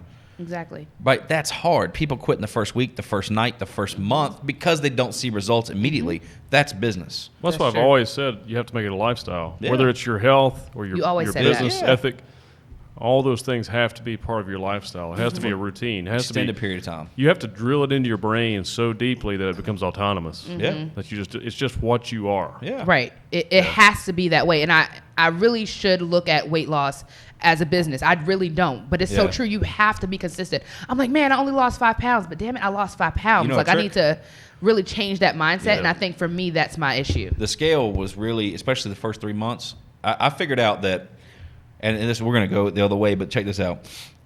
I'd start something over and over and over and over again, typical fat boy fashion, right? All right, I'm a certain weight, right? Let's say I'm 399.6, right? Because I weighed in first thing in the morning, butt ass naked, shaved my balls, and I'm 399.6 because I'm not 400, right? And I'm like, yeah, okay, I got to do something, and I would kill it for 2 days. Right. I'm getting a scale, and I'd be up a pound. Fuck this. If I'm gonna gain weight, I'm gonna do what I want, and I would binge eat. So the scale became a problem because if I didn't lose weight, I binge eat. Yep. If I worked my tail off for a week and I only lost a pound, I binge eat. If I lost 10 pounds and go, oh hey, I had a really good week, I deserve a cheat meal. Right? The scale was a negative thing for me. So for the first 3 months, I just weighed in, I got my base, and I hid my scale in the house, literally out of sight, out of mind. And for 3 months, I'm gonna stick to this no matter what I do, no matter what happens. I'm just gonna stick to it. I'm not gonna weigh in. So for 3 months, I didn't know how much I weighed. And it was freeing, right? And then at the Because 3 it's an obsession yeah, after a so certain point. after 3 months, and I was scared to weigh in too, right? Or, do you ever get like that? Oh, yeah. You just don't weigh in because you're scared. Oh, You see for the sure. scale. So I just hid the scale for 3 months. Towards the end, when I knew the 3 months was coming, I was actually looking forward to weighing to see where I was at. That's good. Right? Weighed in, I was averaging about 10 pounds a month. At this point, I go, okay, I don't want to wait 3 months again. I'm going to wait monthly. And now for the last 3 months, I've been doing it once a month. Same concept. Like, because whatever you lose in 24 hours or 48 hours, It's not real. that's nothing. Mm-hmm. Yeah. What checking in once a month, it's some type of baseline to kind of gauge my progress. Do I need to make tweaks? Getting blood work done so I can make tweaks, right? I'm treating it more like the business, right? I can't look at one day success and go, oh, I'm successful. Yeah, I killed it yesterday, man. I don't have to do shit no more, man. I'm done, right? That's the same thing. If you're trying to lose weight, you have one killer day and the next day you fuck off. That's awesome way to Right? think about it. I love that way of thinking about Yeah, it. it works. I'm gonna try that way And because with- I used to be obsessed. Yeah. I'm sorry. Oh, Yeah. yeah, you're right. With weight loss too, it's not. It's a little different because you don't have a set necessarily goal. Like, say you want to reach a certain weight, but the lifestyle doesn't stop when you reach that weight. Yeah. You have to continue that lifestyle even when you reach that goal. Right. So instead of looking at like, I want to lose this much weight in 6 months, you just say, I have a goal. I should be at this weight, and I want to be at that weight the rest of my life. Yeah. So I need to live a lifestyle that will keep me at that weight, that will get me to that weight and keep me at that weight for the rest of my life. And in business, it's the same thing. I promise you, if you lose the habits that got you successful, everybody thinks the hard part's making money. I'm here to tell you that the hardest part is not making the money. The hardest part is keeping the money you make. And discipline. It's discipline, right? Yeah. Because, where he said, hey, some people are consumers, some people are producers, right? It's funny that producers become consumers at some point and they go backwards. And how many people that have extreme wealth have you seen go broke? Because they stop being producers, Right. right? And Makes sense. it's this flip-flop. So it's like that with weight loss, or the healthy lifestyle. It's a lifelong commitment, right? It is. I want to be successful in my business. I'm not sitting here going, this is a mistake. This is how I know somebody's not got it yet, right? And that's okay. They're working on it. They're like, I'm going to get successful so I don't have to work, so I can live on the beach, so I can. All those things for me are like a temporary break. Like, hey, I'm going to do this, and I'm going to buy this next beach house in Florida, so that because I don't like having to wait and trying to get Airbnb or a VRBO, and I want to dial it in. So if I want certain weeks, I'm going to lock those down for me. And then when I'm not using it, I'm going to turn it into an investment. I'm going to own it for free. I'm going to rent it out to other people. Yep. Right? That's the only reason. I'm not going, I need to make X dollars so I can go retire in Hawaii, right? Because if I do that, then now I stopped producing. I'm consuming what I've made. And at some point, you run out of money. It's just a math formula. It is. Yeah, and you also now you can't build enough wealth in your lifetime where you can sort of retire. Yeah. But I think You got to be. Then you got to work on being a good steward of the wealth. yeah. So you got to teach your children your legacy, Yep. how to be managers of wealth, Yep. right? If that's the path, you just got to shift gears a little bit. You do. Yeah, and you should never retire. I agree. And the reason is because if you retire, then you lose your purpose. So Yeah. true. And you also they've done studies that show that people who retire usually develop brain diseases because they're not using their mind. They're not using it If anymore. you stop using your mind, it will start to deteriorate. Even if Yeah. you're young, it can happen. Yeah. But you should never stop producing if that's what you do. Yeah. Really, no one should stop producing and creating. That's what makes people happy. Yeah. And I think that's why a lot of people feel unhappy and depressed because they're not creating anything. They're not doing Yeah. anything. Yep. Because we're all contributing to society in some way. And, when you retire, you just, if you do build a lot of wealth during your lifetime and you can retire, so to speak, at that point, you can just focus on the investments you want to focus on, and you can create the things you want to create. You're Great. still creating, still producing, but it's more selective. Yeah, Right. there you go. You There don't have to So deal with true. the bullshit as much. That's what I was going to say. Exactly. You have the choice. I think part of success gives you the ability to say no to things, a lot of things. Yeah. In the beginning, you got to say yes to a lot of things. Everything. I right? feel like almost everything. Oh yeah. In the beginning, that's what I did. Every opportunity, like you're saying, hey, you're multitasking, you're all over the place. That's what you got to do, Yeah. right? You have to. As you gain success, you can pick and choose a little bit, selective. right? You can be more selective and be more thoughtful about what it is you're doing with your time. Because at the end of the day, you only have so much time. So I agree with that completely. So completely. Like there's things that now that they make good business sense, right? But they don't for me. Not anymore because of the let's. It's just not worth it to you. No. It's not. But let's say we've got some condos and apartment complexes that Neil and I bought. This is a hypothetical example. And let's say that they were $70,000, right? So let's say that Each. each. Yeah. So let's say that complex, that unit itself was going to provide positive cash flow of, say, $300 a month. Here's the thing. It takes the same effort to manage one $70,000 unit as it does to manage one $7 million unit, right? It's the same effort. It's the same number of tenants. It's the same number of headaches, the same number of power bills. Like, I can't do smaller projects because it requires the same effort as a bigger project, but a lower return. So there are some things like that condo and those townhouses and those apartment complexes make a lot of sense. But because the scale is so small now, it doesn't make sense for me anymore, because an extra $300 a month, I'm not dogging it. But at this point, for me, it's just not worth the effort that goes into it. Yeah. And so you start to make different decisions. At the time, it made sense. Now it doesn't. You liquidate that. You put it into a project that makes sense. And this is the other side of this is your life is an evolution. Like, you have to be willing.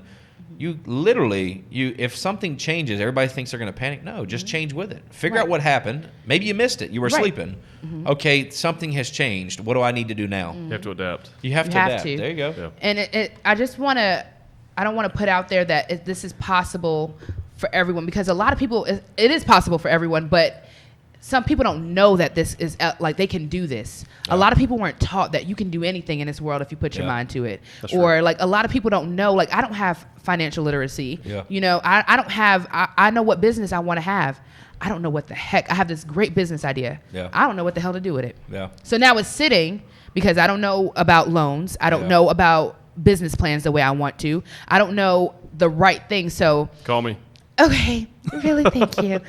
Like, I really, the business I have, I feel like it could be really successful. But now in my head, and what I obsess about is it the right move right now? We're in a pandemic. So, I'm sorry, go ahead. No, that's a good point. I mean, a lot of times you have a lot of ideas. They're not all good ideas. Yeah. You do have to.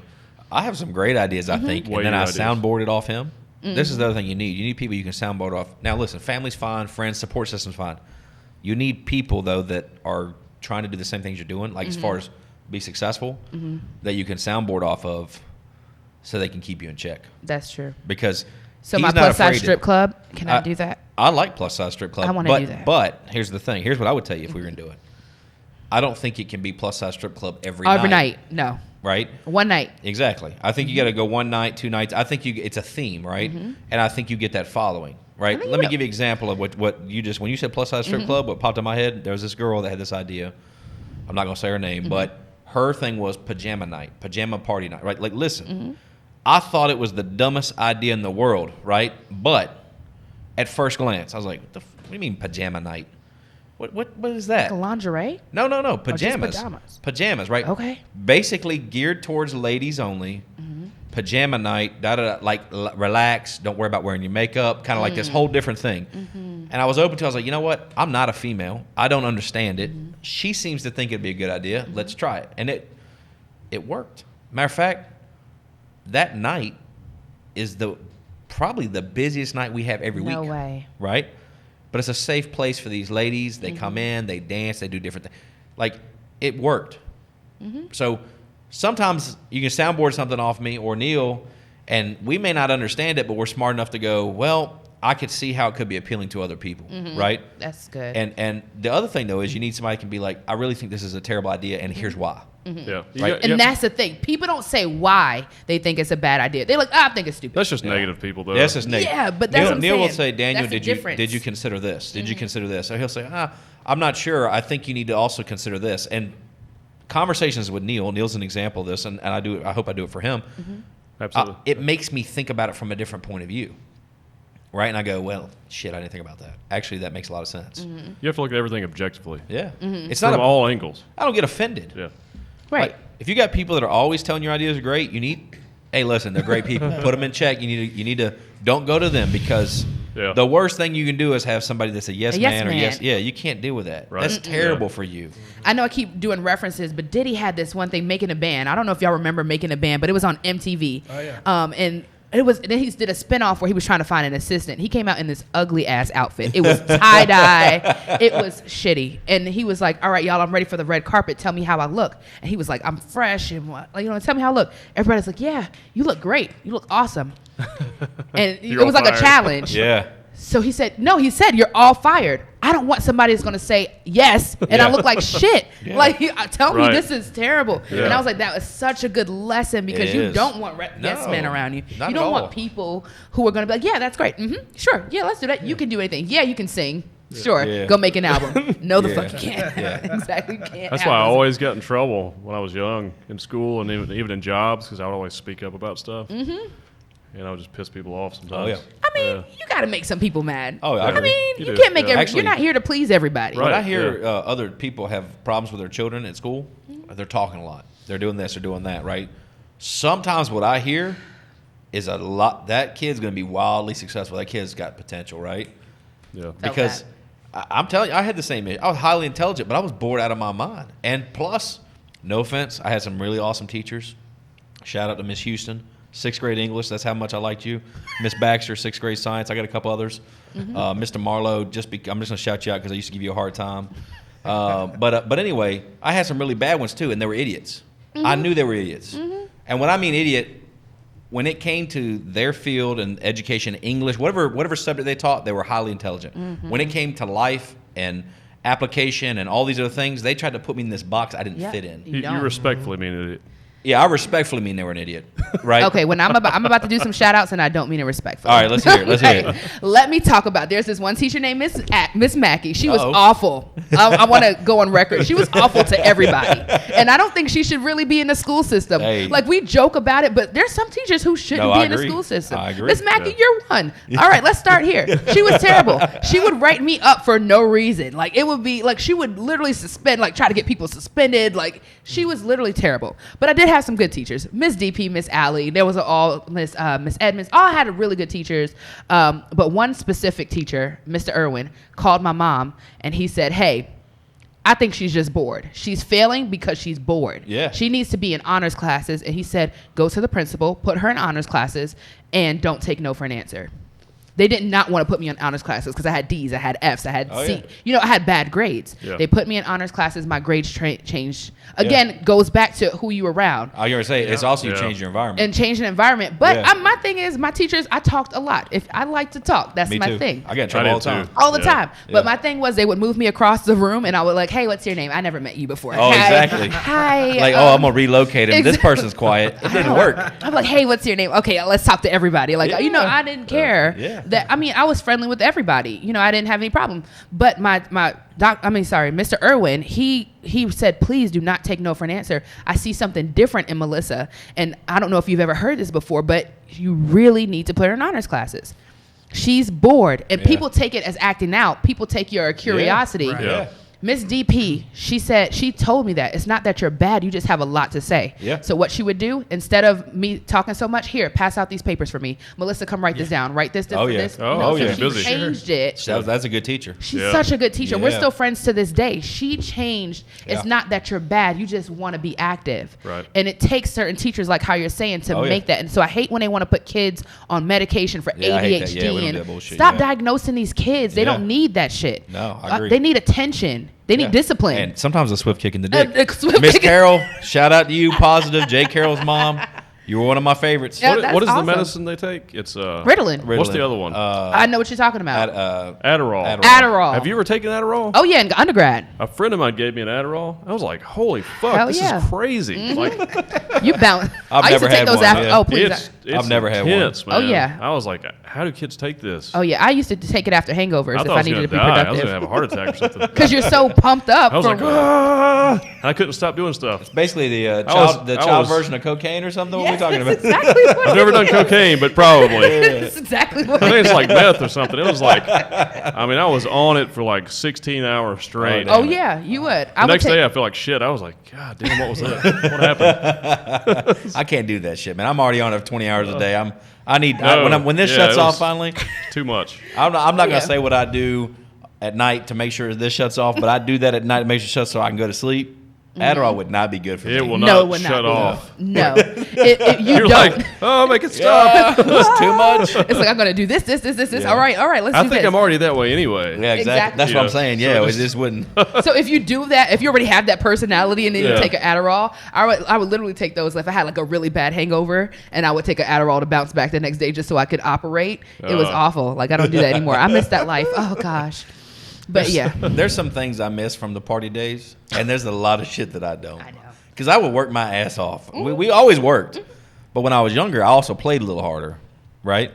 But the problem with that is that I still worked my ass off. So while all my peers were sleeping, I got my ass and went back to work, Exactly. right? So I really paid for it. But I did that for a while, and I was like, all right, I'm over this. Every once in a while, I'll get out of line, and I'll be like, the next day is so bad that I'm like, why did I do that? Actually, it takes 2 or 3 days to recover now. I'll To be bounce like, back. why did I do that? Like, Exactly. and then it makes these moments of lapse in good judgment further apart. Exactly. I used to drink so much tequila. Like, I could be up and like, I'm like, oh, I feel like shit. And then I go to work and make it happen. That doesn't happen. Yeah, but how old anymore. were you? It was like 20. Yeah. Go ahead and tell Maybe it. No, 21. you Yeah, were 20. 18, I might have been 17, 18. 15. Please, drinking Yeah. like while you're of age is not fun. I'm No. sorry. I'm to be we're a bad not condoning I'm not underage condoning drinking, that. But let me tell you, I was at 13. I was definitely drinking. Like I'm one of my partners and I were at Relay for Life. Right. I always remember Relay for Life. It's I believe May 19th of every year in Asheboro, North Carolina. Basically that week because it's my second youngest brother's birthday. It's always at his birthday. So somewhere in there in May. So we're at Relay for Life. It's like 6th, 7th grade. And I remember we were mixing Jack Daniels with Mountain Dew or something, right? Oh. Right? Like terrible. Just This is absolutely. awful. It was terrible. I know right? your pee was so yellow Oh, the it was next so day. bad. It was so bad. But I remember doing that, like, and it didn't matter. So I'm not condoning. I'm just telling you, Yeah. Kids are drinking. Yeah. Period. They're doing all kinds of Yeah. things. Yeah. So, but fuck, man, you could get away with it when you're young.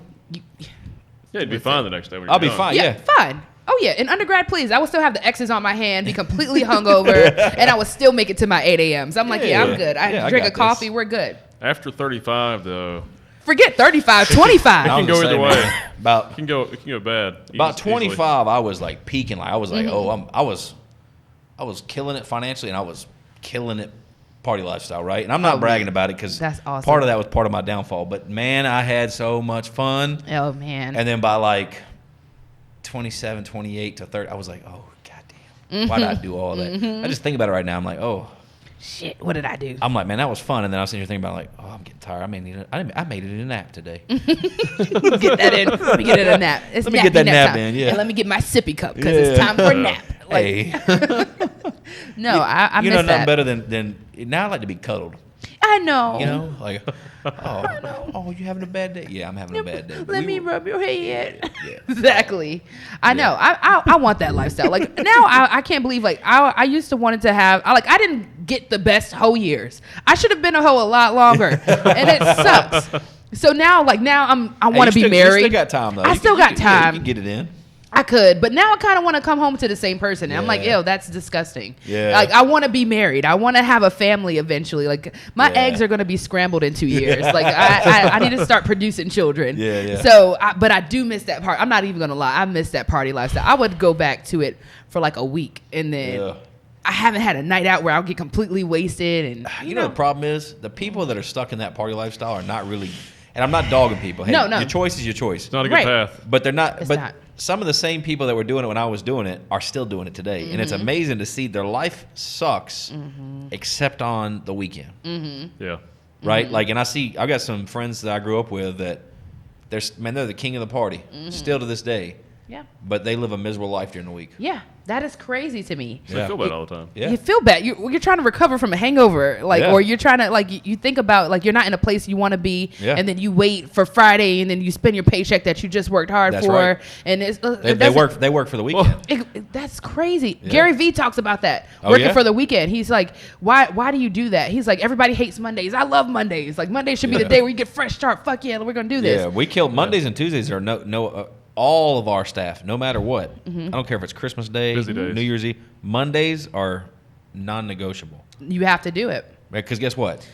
Monday, we audit everything for the previous week for every client and every customer base we have. On Tuesday, every owner, distribution, and everything gets kicked out. On Wednesday, every employee gets paid. These things are automated. If Monday doesn't happen, Tuesday and Wednesday can't happen, right? Like it's for us, it's just set in stone. Like you don't feel good, tough shit. Right. Get to work on Monday. You know, let's get through Monday. We can figure everything else out. And you know what? From an entrepreneur's standpoint, I get that. Yeah. But me being an employee, I'm like, fuck that. Fuck you and your Monday. Okay, let's get that clear. That's hilarious. I love it. Like, I love it. but I get it though. I do, like from yeah. a business perspective, I would want my employees to do that too. Like, Oh, yeah, they don't like it. they don't like it. They're like, they hate you. They're talking shit about you in a group chat right now. They're in that other. They're in a room up the building. And they're like, this perfect. motherfucker had us up here Monday. Exactly. Yeah. Exactly. Must be nice. Exactly. Hey, fucker, I'm here too. Goddammit. You see me here working too? Exactly. But they're still talking shit about you. Let's get that clear. The No, I'm first, kidding. I don't think have I missed a Monday?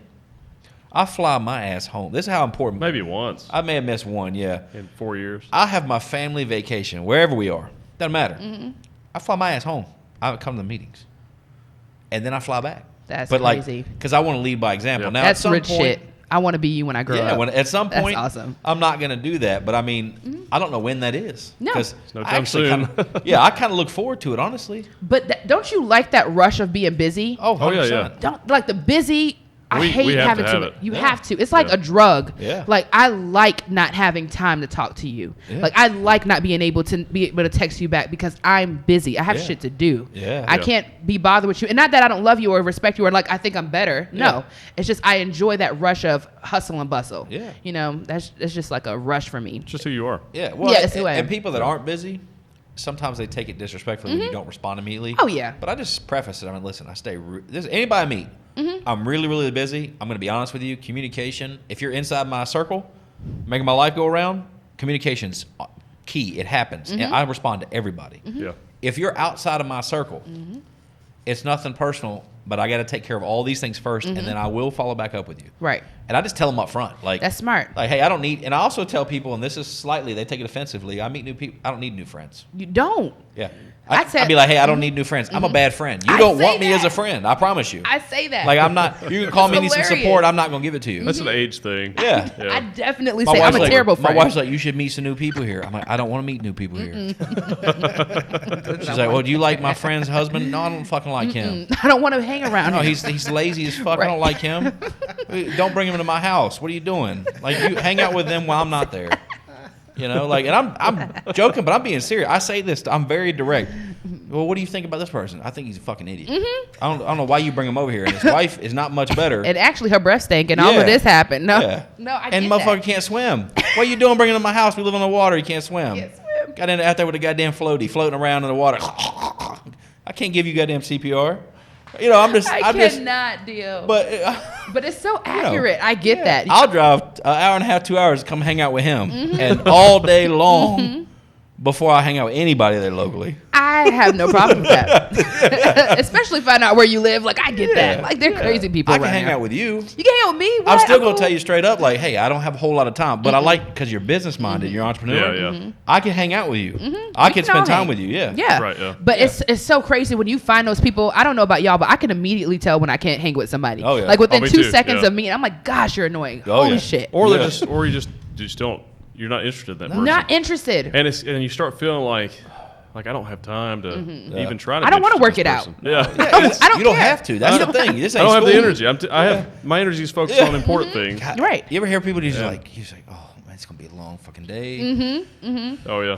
Oh, my best friend, she knows. Like, my best friend has another best friend. I'm like, God, I hate your other best friend.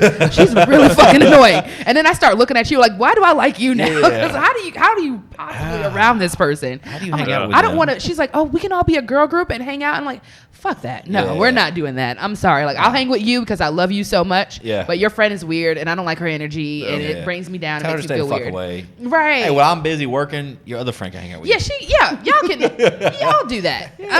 And it's not that I hate you. It's just you're not my vibe. You're Yeah. not the people I want to be You associated. may be like me though, but if they ask you directly, I'd be like, I don't like. I'd be like, I'm just not feeling it. Yeah, Yeah. I mean, and that's me Oh, being yeah. respectful. Like, that is oh, respectful man, though. yeah. Oh, you want to hang out? No, I'm good. I appreciate that. And they go, what? I'm like, no, I'm fine, man. Right. You sure you don't want to drink? Nah, bro, I'm good. I'm good. Y'all have a good one, man. I'm Right. straight. Y'all have fun. Yeah. Don't let me stop you. Yeah. But you know what? That's another thing. People want an explanation sometimes out of me. And how about no? Yeah. Just no. Yeah. That's an explanation enough. No period. That's Yeah. a full sentence. That is. I don't need to explain shit to you. Like, no, I don't want to hang out. I don't want to be your best friend. I don't want to go to the amusement park and we go to the mall and have matching outfits. They think they want the explanation. They don't. You don't. Because they can get offended if you get They an will. explanation. Well, usually I just start talking about stuff I'm interested in and just try to push them away. Yeah. It's like that's a I'll good start talking idea. about business or science or all the shit that I Aliens, care about. Area 51. Yeah. Let me tell you. Not too much into that stuff. I'm bit. interested in the New York Times article. Yeah. That's Oh, no. fascinating. But I'll start to just share my interest and usually that'll push people away Yeah. if they're not into it. Or if I'm having to listen to them talk, I'm just like, I just don't want to invest in this. Right. No. I just want to go home. Right. I don't care. Yeah, I'll sit there and be like, oh, fuck, there's about 5 things I need to be doing. I'm not Doesn't Daniel need to call me right now? Yeah. Yeah. Oh, thank God Neil called. I got to take this as a business call. It's Actually, very that is important. very important. Very Get important. me the fuck out of Yeah. here. Just Hey. waiting for a text chirp or something. Oh yeah. Oh, I'm quick to send to my best friend. Please call me like it's an emergency. I'm gonna ignore your call 3 times, but I'm gonna pick it up on the 4th. I Hey. need to get out of here. Hey, so I'll give you a good tip. Don't be setting up your new boyfriends with other guy friends. Straight up. I get so irritated when that happens. I mean, No, yeah, don't do it. I wouldn't.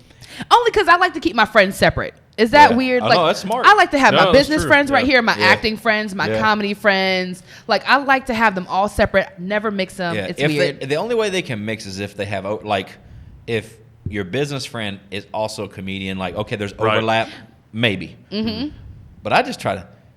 I don't know. I just get so irritated. Like, no, I don't want to meet your friends. I don't. Yeah. No. Just I'm like so- you should. I feel like home here. I feel like y'all get me. Like, Yeah. y'all are my people. Just like, oh, you need to make friends locally. No, I really don't. They're I don't. good. Well, there's nice people here. I'm like, there's nice fucking people everywhere. I got nice friends. I'm Mm-hmm. good. I don't got time for the friends I got. Right. Yeah. And that's hard. Like, it's so true though. Like, I get that because I don't want to be around certain energies. Like I keep talking about, I feel like people's negative energies can get into you. Oh, yeah. And I feel like that's why I don't like to post every move that I make or or everything is in my head. Like I have this business idea I haven't told anybody about. Oh yeah. That's been a struggle for Daniel and I promoting this podcast. Yeah. Is we're both really private people. Yeah. Yeah, we just got into And- social media like the last 6-8 months. No way. Like, I'm serious, man. I was ghost Yeah. prior to. And I That's was the doing best it way a to little be. bit for acting, trying to just be out there a little. But Yeah. now It's we're hard. doing posts every week, multiple Yeah. days a week, and it's a big change. And It is. it's very strange to me. You know what's the thing? You can hire somebody to do your social media no. accounts. We're talking about it. too. Yeah, you can do that. I hate the hate. So they don't know my struggle, and they is such a broad term. But whoever giving me hate at the time, this fake person in my message, my inbox, must be nice, right? Like I posted a picture, What? I'm out on the water. I'm like, yeah, it must have been nice while I was living in my parents' garage with my wife and 2 kids at the time, and she got pregnant on the concrete in a closed-in 2-car garage with a window unit. Wait, she got pregnant on the concrete? Yeah, well, she was on her knees. No. Oh, But no, I'm saying we were we laid the carpet. oh, okay. I didn't know where this story was going. My All younger right. brother. times. Yeah, desperate times. Yeah, I was still giving the D now. I might have been depressed, but I wasn't that depressed. I don't think nobody's that Nah, depressed. you can still Sex get will it. still happen. Yeah, you can still Makes get it happen more, right? Yeah, I agree. I didn't have nothing else to do. Exactly. You Damn. might as well. I guess I could do it. Oh, You want darn. some? The heart. Yeah. If that, Yes. if that weren't true, there wouldn't be kids in third world countries. That's true. very true. You know what? That's a good tip. That is a good point. That is a good point. You want to tickle the balls? Just Oh. a tip. Yeah. Ooh. Oh, there's a rock. God almighty. I cannot. Where the hell were you going with this story? I don't know what the fuck I was doing. What was I saying? Talking about trolls. Trolls. All right, so and I'll say it must be nice, and they don't know the struggle, right? They don't Right, know the they struggle. don't. They don't know nothing about getting it in on the ground on the concrete. You know what I'm saying? At your mama's house with a window unit and you're sweating your balls off. Like, come on now. No, But central air. This no is central air. hilarious. Yeah, but they don't understand the struggle, but they see the success. Like right now, you're struggling, right? You're delaying gratification. You're sacrificing. You're taking time. Where other people are choosing different things. They're not wrong. They're just doing different things. Right. Whereas you're focusing on whatever craft you are at that moment. They don't see that sacrifice, but they will see when you're successful. Yeah, they won't Yeah. see you until you're successful. Exactly. Then they just think we're just that way. And then, Right. then the trolls and the Of course. and it's funny on some level, I try not even let it affect me. But sometimes I'm like, really? Like I've gotten caught once or twice where I get in these, you've done it too. Where you try to have an intellectual argument or over debate. Facebook? Yeah. With somebody that's an idiot. You can't do it. It's a waste of time. I've intentionally gotten myself in those. Yeah. He has. I'm going to do it. I'm going to do it. It's like this thing.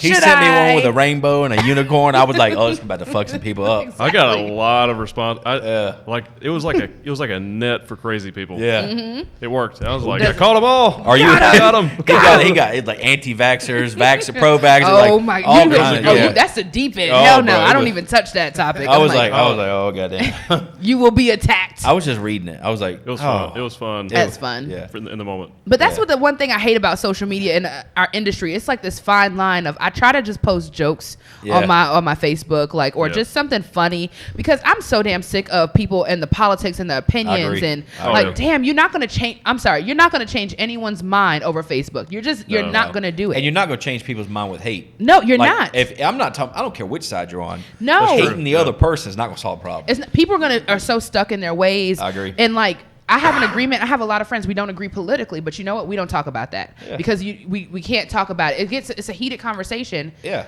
But you're not going to change their mind. No. Here's my thing. Let's say you watch. I don't watch sports. This is gonna be a terrible analogy for me. But do you watch any sports? Not really. I try, but I don't get it. You were a Kobe fan, so the Lakers, right? I like certain people. Okay, so it would be like you being a Kobe fan and I'm a LeBron fan, and you and I want to hate each other. I'm not talking about the bullshit like, oh, LeBron's better. Oh, Kobe did this and this and this. Like stating facts, right? Like that friendly banter, that back and forth, I like that.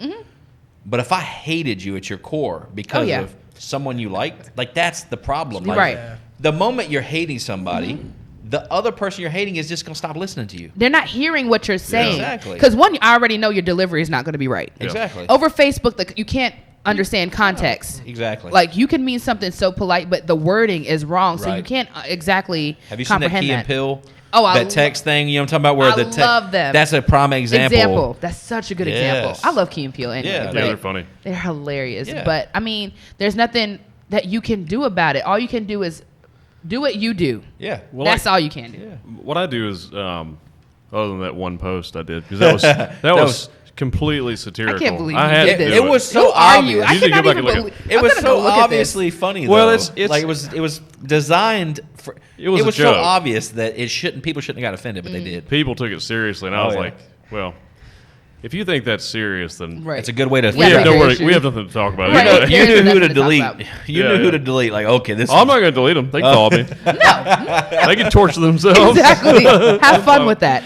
I'm not deleting. You don't delete people. You don't have to delete them. But if I'm posting something serious and I really feel passionate about it, or something I believe is I'm posting to be helpful to society or other people, I'll be sincere about it, and I won't be negative or insulting. I'll just be very factual about it, and then I'll tell people why I'm posting it or why I feel that way, and I'll also be. I won't be insulting about it, or I'll focus on myself in the post and not other people. So one of the things, and you had said earlier that some people weren't brought up in a way like that environment of I can do anything, etc. I think that's a shame, but I think we can change that part, right? Yeah. How we educate the youth and whatnot. But I will tell you something that's really important for people to learn is how to have a discussion. And not let it turn into a full-fledged argument, right? Yeah. How do you have multiple points of view and have an open conversation and be open to considering the other person's side, right? Neil and I are very similar. There are some things we were vastly different. Really? Right? But him and I will discuss it. And sometimes through repetitive just conversation and discussing in different angles, it gives me time to process and to think about that topic and go, I actually understand what you're saying. I do agree with you. I'm not going to do it anyway. Even though I agree with you, even though I understand what you're saying, I'm still not going to do it because of this reason. And I'm probably wrong, but I'm just being stubborn on this, right? Or I'll say, I actually really agree with you. And, and it's a behavior that I'll change, right? But Like, can people not figure out how to debate, discuss, etc., and let's not get offended? Every disagreement is not an argument. Yeah, exactly. Let's just start there. Yeah. Agree to disagree. Yeah, I agree. That's a great point, and it goes both ways. Because I'll have an idea or a position on something, and I'll talk to him about it, and he feels differently, and he'll tell me why, and I'm like, oh, I haven't thought about it that way. Yeah. And I think people need to look at every situation objectively. Yeah. Because things are complicated. Mm-hmm. Society is very complex, and you can't just say, well, this should be this way and that should be that way, because it's probably not possible. Yeah. There's probably some extraordinarily difficult balance to reach, and we're trying to reach it. And I think overall we are. I mean, if you look at like Steven Pinker and some of these psychologists and economists and experts and stuff like that, these scientists, they'll show you that society is getting better. Right. It's just a slow process. It is slow. And we're working toward that. And also we have the media that's constantly trying to pit people against each other or follow narratives. You know, people are very tribal. Yeah. And they try to get into these groups. And I think all that stuff is very dangerous to society. I think that people, I mean, that's why I don't like two-party system, the two-party system in our There's so government, much. stuff Right. like that. We need to look at everything objectively and based on facts and also look at the different possibilities, because there's not just one way to do something. There's probably thousands of ways to accomplish something. We just need to figure out, you know, what we all want, and then start trying to work together to figure out ways to get there, because we're all different for a reason. You know, we all look at things differently, and that doesn't make you wrong. It means you're different, and so we take all these different ways and we work them together. And you know, that's probably why we're seeing so much chaos right now. Plus, it's been a chaotic year. Everybody's stressed out and losing their minds. But, you know, when we start to shift in society, that's when things get real chaotic. And I think that's just like growing pains. I think that's us all figuring out how to move forward. How about instead of voting for politicians, can we like vote for things like let's say you're a Democrat or a Republican, right? I don't agree with all things Republicans say or all Democratic things. Like, why do I have to be like, if I like this one idea, I can't like anything. It's all binary. Yeah, it is. I can't like anything Trump says because he's a Republican. I don't like that. I can't like anything Obama says because he's a Democrat. That's the fucking stupidest thing I've ever heard. I don't agree. Like, I'm the liberal. I am. But I don't agree with everything Obama did. And I don't agree with everything somebody else did. Exactly. I agree with some stuff from the Republican Party. I do. I agree with some stuff from the Democrat Party. That's just who I am. I agree with you. But a lot of it makes sense. You know what? People are like, oh, you for this, you're against this. I'm for minding my fucking business. Yeah. That's what I am. Yeah. And I want everybody. That's what I'm for. Well, you know, also another good. We've talked about before, and this may be more something I like or I dislike, because I don't like having a president. I wish we had a group. What'd you call it? A council. Like a council of experts from every part of society. Or if we can't have that, then we should have two presidents. Yeah. We should have two presidents, That's one from each really part, maybe three presidents. You have one independent and a Republican and a Democrat. They all have to be in the same office together and figure shit out together. Figure it out. Right. Because why do we have to go through extremes? Like, I don't want to go through extremes. I feel like I don't want to go all one way. Match. Right. Yeah. I'm like, what the hell? This is driving me insane. Well, if you spend 8 years of, let's say, Republican, and then you spend the next 8 years in Democrat, you're literally pulling way too far this way, and then pull it, and then as soon as there's a change of power, now there's a huge shift the other way. It's like sports. It's like a sport. It is, and I hate it. I hate it. Yeah. And I'm an activist. I preach many things, but like we're talking about changing people's minds. The way I'm an activist, I don't want to change your mind. There's a lot of stuff out there. I'm preaching because I want everybody to have equal rights. I want everybody to be in their own thing. That's my thing. Yeah. But I'm not going to spend all day telling you, you know what, you need to be like this, and you need to have equal rights for everybody, and you need to do that. No, I'm not going to do that. I think you sharing your ideas is what's important. Yeah. Exactly. And that's what we do on here. We just share ideas. And I think if enough people share their ideas, the good ideas will float to the top. Yeah. It will. How about everybody gets a damn vote? All right, you ready? And this is controversial, but let's just say, should we raise the minimum smoking age from 18 to 21? Yes or no? Everybody gets one vote. Right, that's it. Like, it's not a Democrat Republican thing. Right. What's the What do you believe? What's the opinion? What's the consensus? Right. Well, here's a interesting. You bring that up. Rogan just talked about this recently. Oh yeah. Or no, I think it was.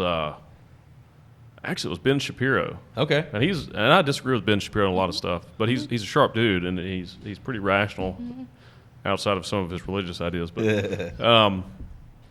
But Rogan actually was one that came up with the idea, though, on his show, and he was saying that he would like it to be set up where everybody could vote on every issue just about. I agree. And that's a good idea.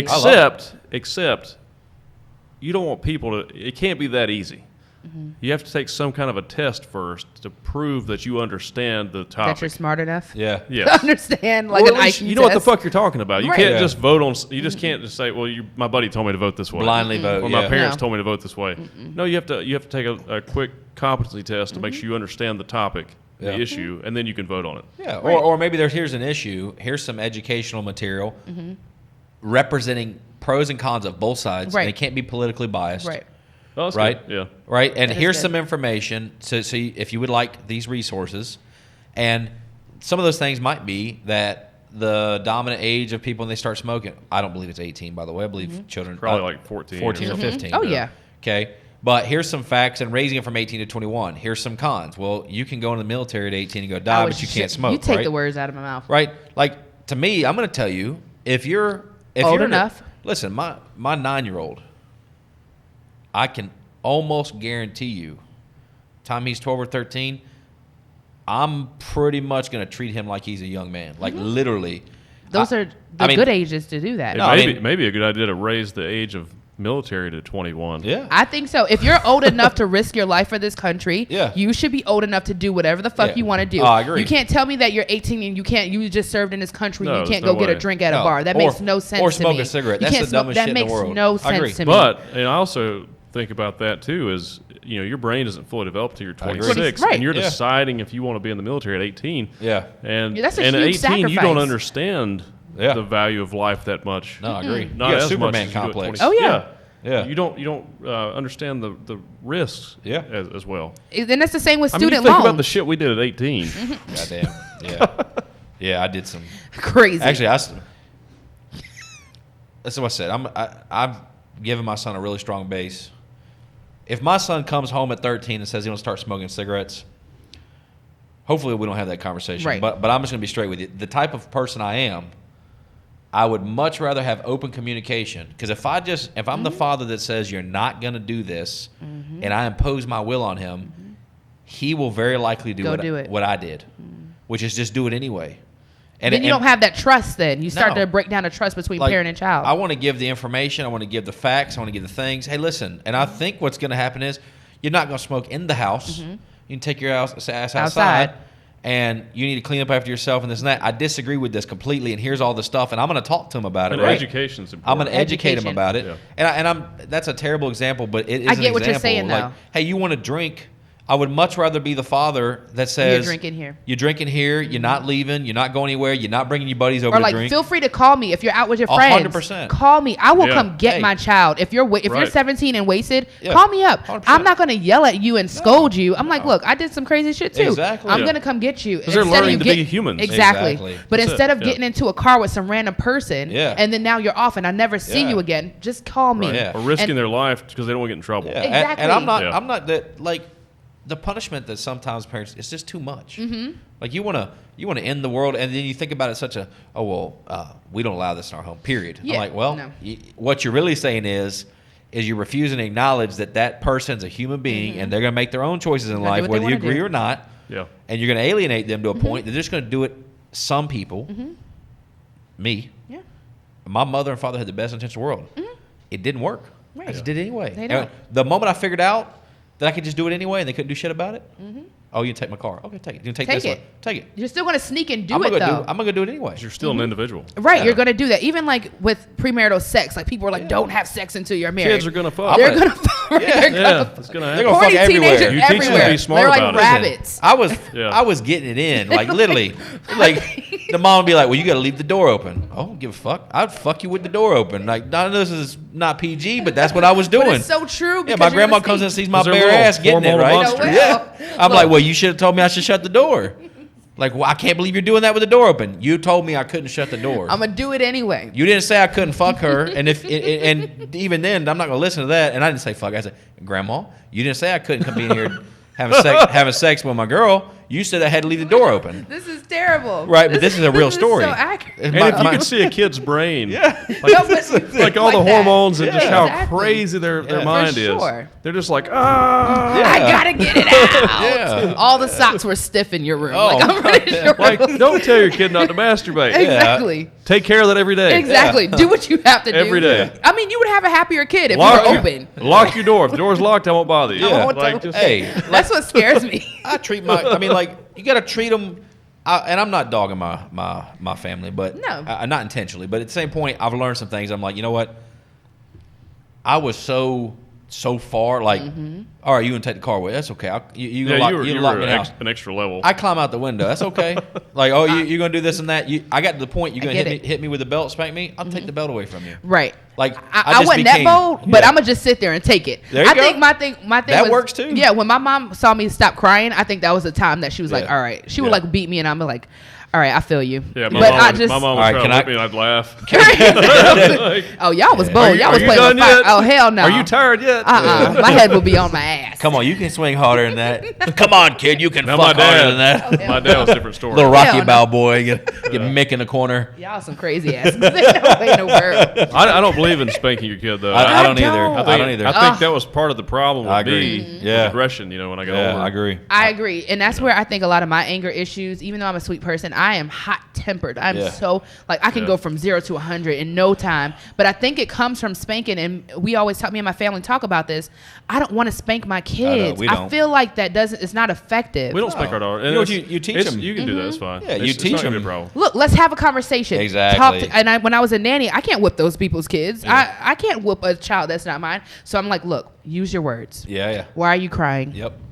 Don't be like, oh my goodness, what the happened, little baby? Oh my No. God, what the matter with the... No, hell no. Let's sit down and talk. Why are you screaming? Yeah. What is the fuck issue? wrong with you? Exactly. Yeah.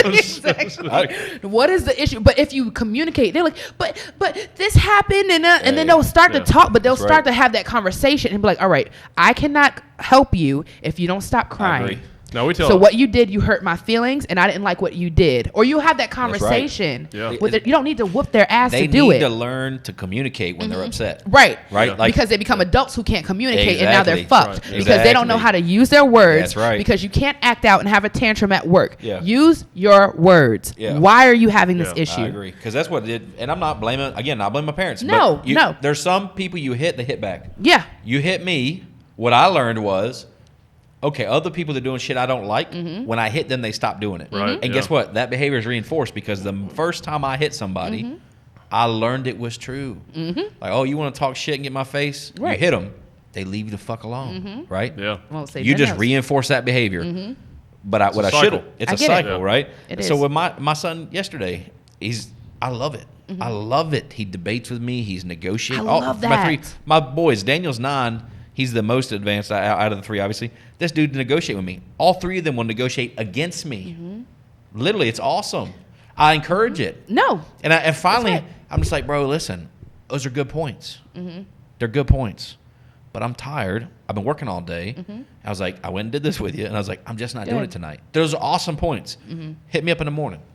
That's Right? smart. Like, give me till tomorrow. I was like, I'm just Yeah. fucking. And I'm that's just tired. fair. But Yeah. it takes a parent to say that. You know, I just went through a lot. Yeah. And you know what? Another thing, I think that parents should learn to apologize Yeah. to their children. Yes. Oh, yeah. In my household, I feel like, and not that it's wrong, they're doing the best that they could Yeah. at that time. And like, you can't blame your parents though, No. because parents did what they could Oh, no. at that I don't- time. Actually, I'm No. thankful because what I went through gave me a different perspective. Right. Because not all children are like me either. Right. Right. I got a feeling that my boys are very similar with some of the stuff that there's some potential there for things to go a different way, like it did for me. So Yeah. I'm just aware of that. Like, hey, you want to be a gangster? Great. You can be one. Right. Let me tell you what's probably going to happen. Yep. Right. But hey, you get to the point. It's you your start- choice. Yeah. It's your choice. Here's what's probably going to happen. There's just some things. I'm going to give you the information. Make your own choice. Right. You want to sell drugs? Hey. Go for it. Have at it. Let me tell you some of the consequences. You get busted doing this, it's 5 years. And I'm not bailing you out of jail. Yeah. Let's be clear for my future children. Yeah. You on your own. You want to be grown. You want to do grown shit. Go be grown. Exactly. Be grown. And I left the house when I was 17. Some of the best advice I got from my father. Not gonna be another grown man in my home with his woman under my roof. Right. I left because I was acting grown, making my own decisions. I wasn't playing. It's my father's home, my mother's home. Right? And you have to respect that. There's some version of, hey, I'm an independent adult and I can make my own decision, but I also need to be respectful of whose home I'm in. Whose home? Because your name is not on the lease. Exactly. You're not paying the bills. You're not paying to get fed, so I moved the fuck out. And guess what? That was awesome. That's great. Taught me a whole new level of respect for all these things I did not consider, right? Treat my kids the same way. You should. Hey. And I have this. I'm sorry. Go ahead. No, I was going to say I have this issue with me. I am so pro that people should smoke weed. Okay, this is so far-fetched. I think it's a good idea. I think it's a great idea. Yeah. I don't like that people are in jail, and some people are in jail, and some people are making it a multi-billion-dollar business. I don't like that. Well, the drug war's fake anyway. It's completely insane. I can name at least a dozen, right now, I'm not going to, a dozen people that are worth $100 million plus. Oh, yeah. That smoke all the time. I think, and that's the thing. I think that you should do it. I think we would be a happier place if everybody just smoked a little Probably weed. more creative. And we would be more creative. Let me rephrase that. They're doing it illegally in this state where you're not allowed to do it, right? Oh, yeah. So how are you got people in prison for it? And then you go, it's geographic. It's geography too. It is. We can do it in Colorado, but you come to North Carolina, you can't do it. That right? makes no sense to me. All right. Because if we're gonna make it legal, make it freaking legal. Yeah, I like agree. let's just do it. Yeah. And get the people who have those charges that are sitting up in jail. Yeah, I agree. Take that away because don't forget there's a 3-strike rule. Yep. So if you have 3 felony charges, you get life in jail. Yeah. So some of those are 3 drug charges. Yeah. And Over marijuana. Over marijuana. Which is so stupid. That is fucking dumb. I think it'll be federally legalized by 2025. though. I'm I hope so so. pro marijuana. Listen, and what's the best way to say this? Before you get into that, I wanted to say something about you, though. Go ahead. About the parenting thing. So Daniel, he's an exception to the rule because you had Daniel, your oldest son Daniel, when you were 25. Yeah, basically 25, 26. So he was a young parent, pretty average, I think. Yeah. But he's never spanked his kids. No. He was already That's awesome. kind of ahead of that. But I feel like we had Isla when I was 36, so I was an older parent, and I feel like there's an advantage to being an older parent because you have more wisdom, you've had more experiences, you can think more rationally. Yeah. I think a lot of younger parents, especially around 20, 21 or younger, those parents are going to raise their kids exactly like they were raised. Yeah. So if they were spanked, they're going to keep spanking their kids because it's just how you think How at you that young think. age. Your brain's not even developed yet. Yeah. And it's like, I turned out fine. Yeah, and so for me, I feel like that was a positive of being an older parent. I could objectively look at that and say that's not a good idea, and this is why. And also, like with our daughter, with Isla, she's 4. We've never baby talked her. We've always, and she's very intelligent. I'm not being biased. She's just very intelligent, and she started talking when she was like 6, 7 months old. That's crazy. And she was having conversations with us before she was 2. And that, That's like, amazing. and whenever she gets upset, and like you're saying, she's crying or she's really upset about something, we make her tell us, like, use language. Yep. We can't read your mind. You have to speak to us and tell us what's wrong. And, we'll sit down, get on her level, and she'll talk to us and tell us, this is why I'm upset. Yeah.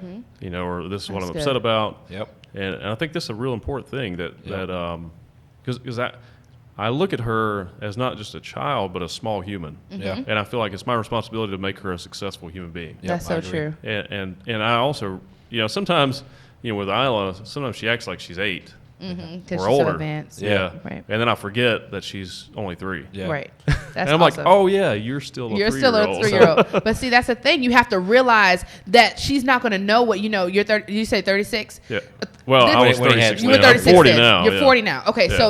so she's not going to know what you know at 40. That's right. And that's where the part of the frustration comes out of. Yeah. It's like you want them to be Yeah. advanced. And even when you have a 13 hard-headed ass Yeah. teenager, Oh, yeah. okay, they're still a hard-headed ass teenager. They're Yeah. not going to know and be so advanced in knowing, hey, I'm not supposed to do this because this is the consequence. Oh no! for I this. let my son 2 days ago. I knew he was wrong. I knew it, and I told him he was wrong, right? He didn't believe me. Of course. I was like, so I have this thing. You want something that I halfway I'm supportive of? I'll pay half of it. You pay half, I pay half, right? If I'm not for it at all, you pay 100%. I'm not paying any Right. of it, right? There are other things that I cover all of it. If I consider it educational, Taekwondo, I pay for Taekwondo, period. Because I think little boys need a productive environment to kick the shit out of each other, right? I'm just being outlet. straight with No, you. no, you It's a should. good outlet, right? That's a great outlet. Yeah, and work through some things. But you want some special gi or some special item that I'll probably pay half of it. You want a Nintendo or some other thing that I'm really like. Daniel wanted an Xbox. I wasn't for it. I didn't want it. I said, hey, bro, you want to save your money and pay for 100% of it? You can do it. He did. Fine. It teaches them. Anyway, I knew he was about to make a mistake. I discussed it with him. I told him he was wrong. He didn't believe me. I said, okay, it's $36. And this doesn't sound like a lot of money. For a 9-year-old, $36 is a decent amount of money. I said, don't have no job. it's $36. I said, go get your money. And I pay him basically minimum wage when he does.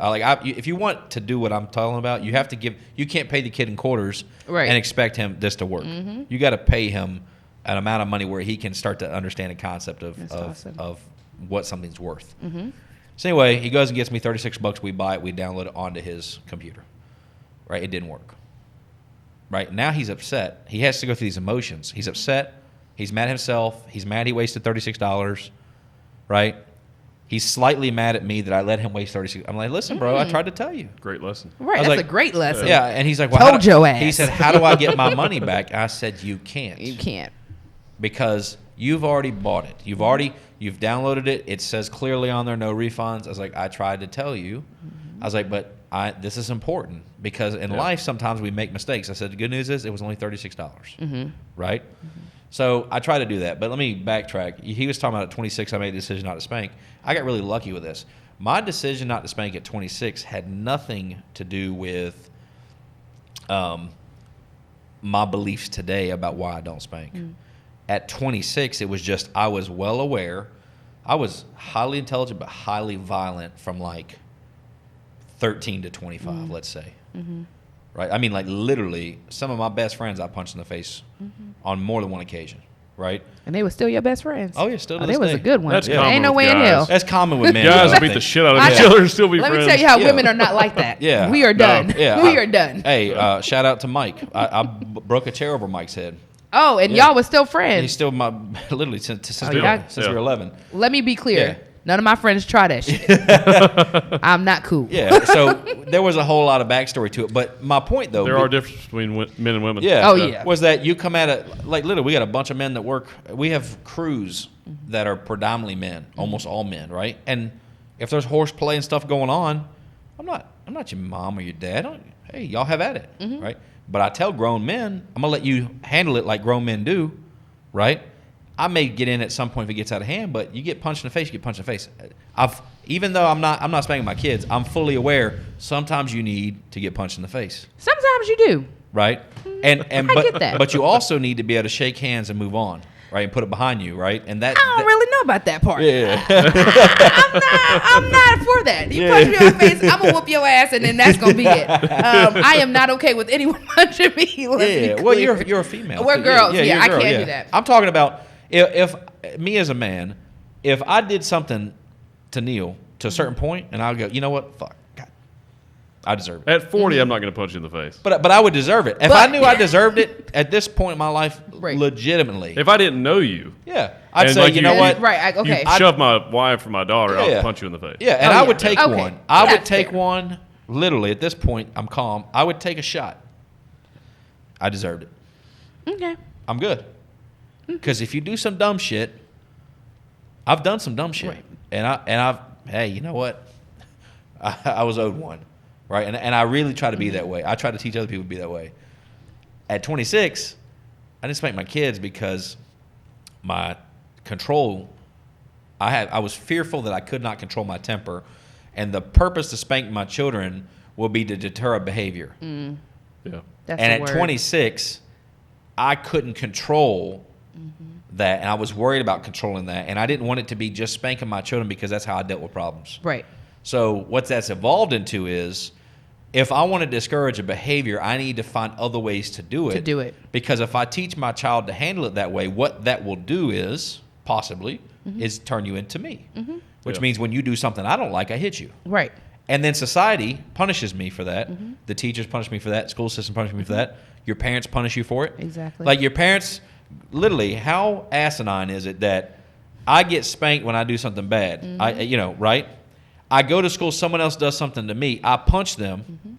I get suspended, get sent home, and get grounded for doing the very behavior that you learned. And get spanked again. Right, exactly. I told you not to do that. Don't hit people. No, Yeah. right, exactly. I'm gonna bust that Did I ass. tell you. Yeah. And then like my mom, she would always be like, I don't want to hear all this music with all this fucking cursing. Yeah. I'm like, I don't really know how this works. Yeah. my mom would be like, because when I got too big, mom would be like, you wait till your dad gets home, he's gonna beat your ass, right? Right? So what did I do in school? But you wait till I get the fuck out there, I'm gonna beat your ass, right?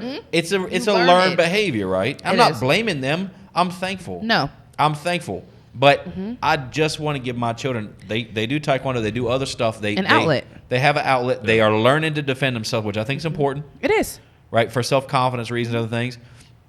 And also, as you learn to defend yourself, you're not so easily offended. Like I know when I finally figured out what I was capable of and had some self-control, I wasn't as offended by people that it's like I try not to let the opinions of lesser minds offend me, right? You shouldn't. Same thing physically. Like if I've got somebody that's a non-threat to me, who I feel like's a non-threat, and I can just tell their body language, but they're being threatening, You can see through it. I see through it, and I just say, you know what, man, and I just try to I just divert. I'm hoping my children, because of the positive outlet, are figuring out how to handle some of those emotions as well. Plus, sometimes you ever just feel like you just want to hit something, Oh yeah. right? Yeah. That is a safe environment where they're encouraged to hit something, Right. right? And in all fairness and for clarification, you handle your temperament very well. I do. That's You deal with diverse situations or Yeah. difficult people very well. Yeah. And you're not, you don't have, I'm sure you still have that in you. Yeah. But you control it very well. No, And yeah, that's the main thing, I'm having extremely control. diplomatic now. I mean, for me, it's not even about what am I trying to accomplish. It's just like in business. What is the objective? Yeah. Right? So what's the best way to accomplish the objective? A good example of that might be, let's say that you did something wrong, right? You forgot to fill out paperwork. You worked for me and you forgot to fill out paperwork. If I came at you and said, hey, you forgot to fill out this paperwork, you didn't get it turned in, da-da-da-da, now you're on the defensive, right? The goal is to fill out the paperwork, right? Right. So how about, hey, I'm really running behind today. I've got a lot going on. If you have a moment, do you mind helping me get this paperwork done so we can get it turned in? Now you're helping me solve a problem. You're much more receptive Wow. to helping me solve a problem than Wow. you are me putting you on the defensive because I'm defense. pointing out all the things you've done wrong. That is so But- true. Right? But also, so I've known Daniel for a long time. Okay. I knew him when he was younger and a little more true. volatile. Yeah. Really? Yeah. Wow. Early 20s was right. Now listen, I worked my ass off, but I was very You didn't want to mess with him. no. And I've seen him deal with some people, over the past few years and kind of buck up to him and get a little attitude. I'm just like, oh. I don't know. And I don't he's know just completely calm. But I'm like, they have no idea what could have what they're happened. doing. And he deals with it great. And Yeah. I'm just like, but Oh, I've had a few moments where it's been a while since I had an incident, but let me tell you, I love it too, and I won't do this anymore. But I used to love it when somebody would square up with me, like they just add it and add it and add it and add it, and I was just waiting because I grew up fighting. I mean, like, Right. But he's also been trained to fight Exactly. too, and a lot of people Have you been? A lot of people Wow. haven't been. Like I'm not a Yeah. fighter, but I'm smart enough to realize that yeah, getting into a fight is a really terrible idea. Just somebody knocks you down Yeah. and you hit your head on the ground, you could die. yeah, Good. Yeah. It could be that simple, and your whole life can Yeah. can change. You could trip and fall and, Yeah. and die. something happened. So for Yeah. me, I was like, all right, you want to throw down? Like for me, it's real simple. That's fine. I'm not scared to get hit. Most people have never been punched in the face. Right. I think it's good for everybody. I think everybody should get punched At one least time. one time. At least one time. I've been It'll hit humble in the you. face plenty of times. He has. But there are other people. The moment, like they're all about it. I hit them. This has been a while, but I hit them one time. I hit them one time. That's all you need. Their demeanor changes. Their motivation changes. Their attitude changes. They're bucked up, and now they're not. They're deflated. They're like, and I'm just like, you good? You want to keep going? Now when I was younger, there was no you good, you keep going. Right. It was just attack. Right, screw you, and that's it. Yeah. But I mean, it's the same thing with bullying in kids, right? Yeah. So it's I think like a bully needs to be punched in the face one too. time. Yeah. One time. See, I would always be. People would try to bully me. Yeah. But one, I was quick and witty, so my jokes would be on point. So Oh, I would yeah. disrespect them a lot more. I like that. So that. that was one They thing. didn't want to fuck with you. They didn't want to, right? Yeah. So they would try to come for my weight, but then I would come for something else. Yeah. Like I've been big my whole life, so they would try to come for my weight, but I was like, actually, what I would do is I would hold on to gossip, Yeah. and then when it's time, I'm like, oh, it's time, because guess what? It's about to go down, because I know something about you. Yeah. So I've always been intuitive. I knew when me and somebody didn't get along. I knew when it would escalate. Yeah. So I would kind of prep for it. Yeah. And then I would disrespect them and have everybody laughing. So when everybody laughs, so now you feel little. Yeah. Because now you can't come back with a quicker joke than me. Yeah. Or when somebody would approach me and they would try to fight, I would be just as bold as them. Let me tell you, I can't fight. I want to be clear. Okay, I cannot. I will get my ass whooped in no time. But I always act like I can, and that's the thing. And when I act a little bit bigger, I've punched somebody one time. That's all it took. Oh, yeah. And I got their ass. And I'm like, if I whooped your ass, you really can't fight. Yeah. I'm like, what the heck happened? Yeah. So the fact that I punched them, it set a tone for everybody else. Yeah. Don't mess with her. Yeah. But really, they just couldn't But fight. Melissa, you're a sweet person too. I am. I think if somebody crazy. doesn't like you, there's something wrong with that person. Thank you. But there's a lot of people who don't like me. Yeah. You know what my There's a lot. issue was? A lot of people that aren't right too. I was mouthy as fuck too, though. Like somebody say something about my weight. Oh, you fat motherfucker! I'd be like, yeah, your wife took this fat dick last night. though, Exactly. didn't she?" Exactly. And I would say some. I'm telling you, I would just be like, teachers would come at me, and I'd say some stuff Same. like, "Oh, you don't talk to adults like that." It's like you talking to me like a grown man. I'm gonna talk to you back like one. Like, Oh, yeah, this girl called me a whale one time, and I was like, your man likes SeaWorld, so what? That's so right. what? That's right. And then, so it just went down from there. Oh, yeah, she called me Shamu, whatever. And I was like, yeah, but your man likes SeaWorld, so it doesn't matter. He's in my DMs right now, which he was. That's and I was hilarious. like, actually, and then she shut up. I ain't heard nothing else from this girl since. So you just got to be quick and witty sometimes. Exactly. But for the most part, now, I think I'm not encouraging anybody. Like if I'm still slightly old school. If two fucking grown men, and now my version of grown men is as long as we're not talking about a huge difference here. Two 15, 16-year-old guys in a controlled environment, they want to go at it. I'm gonna let them go at it for a minute. Two 25-year-old men, they can go at it. Let them go at it. Two 50-year-old men, have at it. Close. Not gonna let a 50-year-old and an 18-year-old duke it out. There's a potential for a problem there. But I'm gonna kind of let them go at it a little bit, like because I feel like the get offended, go get the gun and shoot somebody is not the answer. It's not. Like take some shots, Right. earn some respect, good, bad, or otherwise. Be a man, help the person up. Like, I don't know. I just feel. No, I get that. I still have some version of me that likes that, but the other side of me goes, don't ever let. Warren Buffett says a man that can't control his temper cannot control his money. So I don't let my temper make my business decisions. And if I feel like my personal feelings or emotions are dictating what I'm doing, that means I've already lost control of the situation. Already. So I don't allow that in my business decisions. I don't allow that. Like when I'm telling you, I'm fine with two grown men fighting. Well, what I'm saying though is that's not in my business. That's not in my direct business decision. That's not in our meetings. This is not how I conduct myself. This is not how we conduct our companies. But in the right setting, we're all hanging around a conference table. I'm talking about specific groups here. Group of techs, let's say, or a group of contractors, a group of whatever, and we're off. We're having drinks, whatever, and there's some tempers, and two grown men want to duke it out.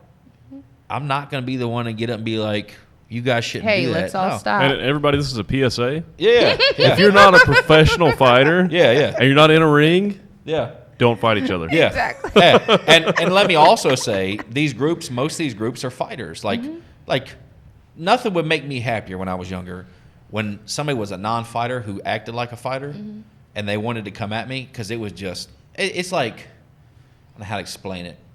it'd be like you never played basketball in your life, and you're going to go play against an athlete that's played basketball their entire life and think that just because you can talk shit that you're going to beat him at basketball.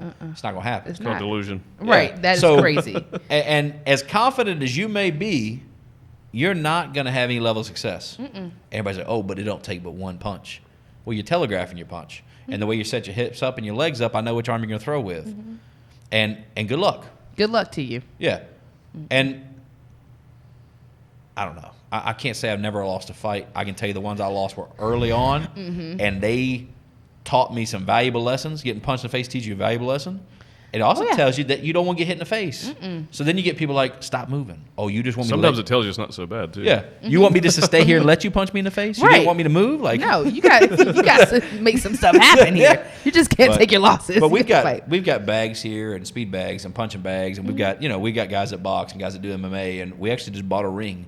No I bought a way. ring. These are all positive outlets. These are for some of our companies. We provide a gym for all of our staff. That is Like so there's some good. things that we do for different groups. They all like to box and fight. Hey, I'll buy a ring. It's like a positive outlet. This is my That's version, good. our version of Google. Like I like Yeah, it. yeah. That's so smart, Don't though. go play with foam blocks. yeah. Go play in the octagon. Yeah, go play in the octagon if that's what you Go want to to do. the box. It's amazing how many It's your people timeout. think that they want to be an MMA fighter or a boxer, Yeah. and then they get punched one time. And they go, "I think I don't like the sparring part. I Yeah. just want to hit the bag." Yeah, no. Right? Because hitting the bag is okay. It's safe because the bag is. doesn't hit back. It doesn't hit back. I can't. And I'm I cool can't with even that, watch too. that fight. Like that. That's a little graphic for me. I'm like, ooh, that kind of looks like it hurts. Oh. But that's so good that you provide that for your employees. So it like, can they go at any time? Like to As long as or- the job is getting done, we don't. Depending on what position you're in, and some of the companies we consult for are a little bit different than this. What we encourage is just get it done. Like let's love say that we got a 14-hour round trip, and there's an 8-hour, and in that there's an 8-hour window of the 14-hour round trip that there's actually work being done, but you got to commute.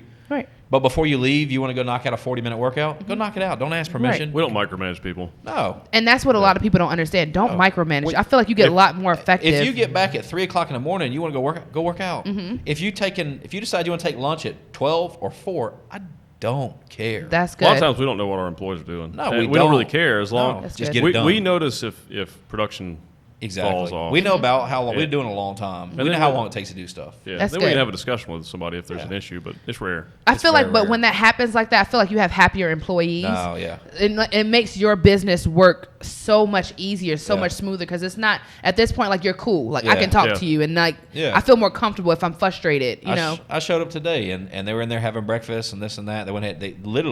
They had dead time. Like it made no sense to me. Let's say you're working the 9 to 5, and it's been a long time since I did this. I mean, literally since I was like at 17, and even then I had 2 other jobs I was doing too, plus the business I owned. But you're at the 9 to 5. Let's say you work at the bank, right? And you're okay. You get to get up from your desk 15 minutes in the morning before your lunch, and you get 15 minutes in the evening before your lunch, and you're gonna get 30 minutes for your lunch break or an hour, whatever, right? It was so rigid, and you had to take it at this time, right? Now, in some environments, because of staffing, I get that we have to have someone there, and everybody just can't leave at the same time. For larger companies. I feel like I get that. yeah. But makes sense. listen, if you're tired, I encourage you, get up. We got with our main companies, all the food, snacks, drinks, the bar, everything's free. Go get it.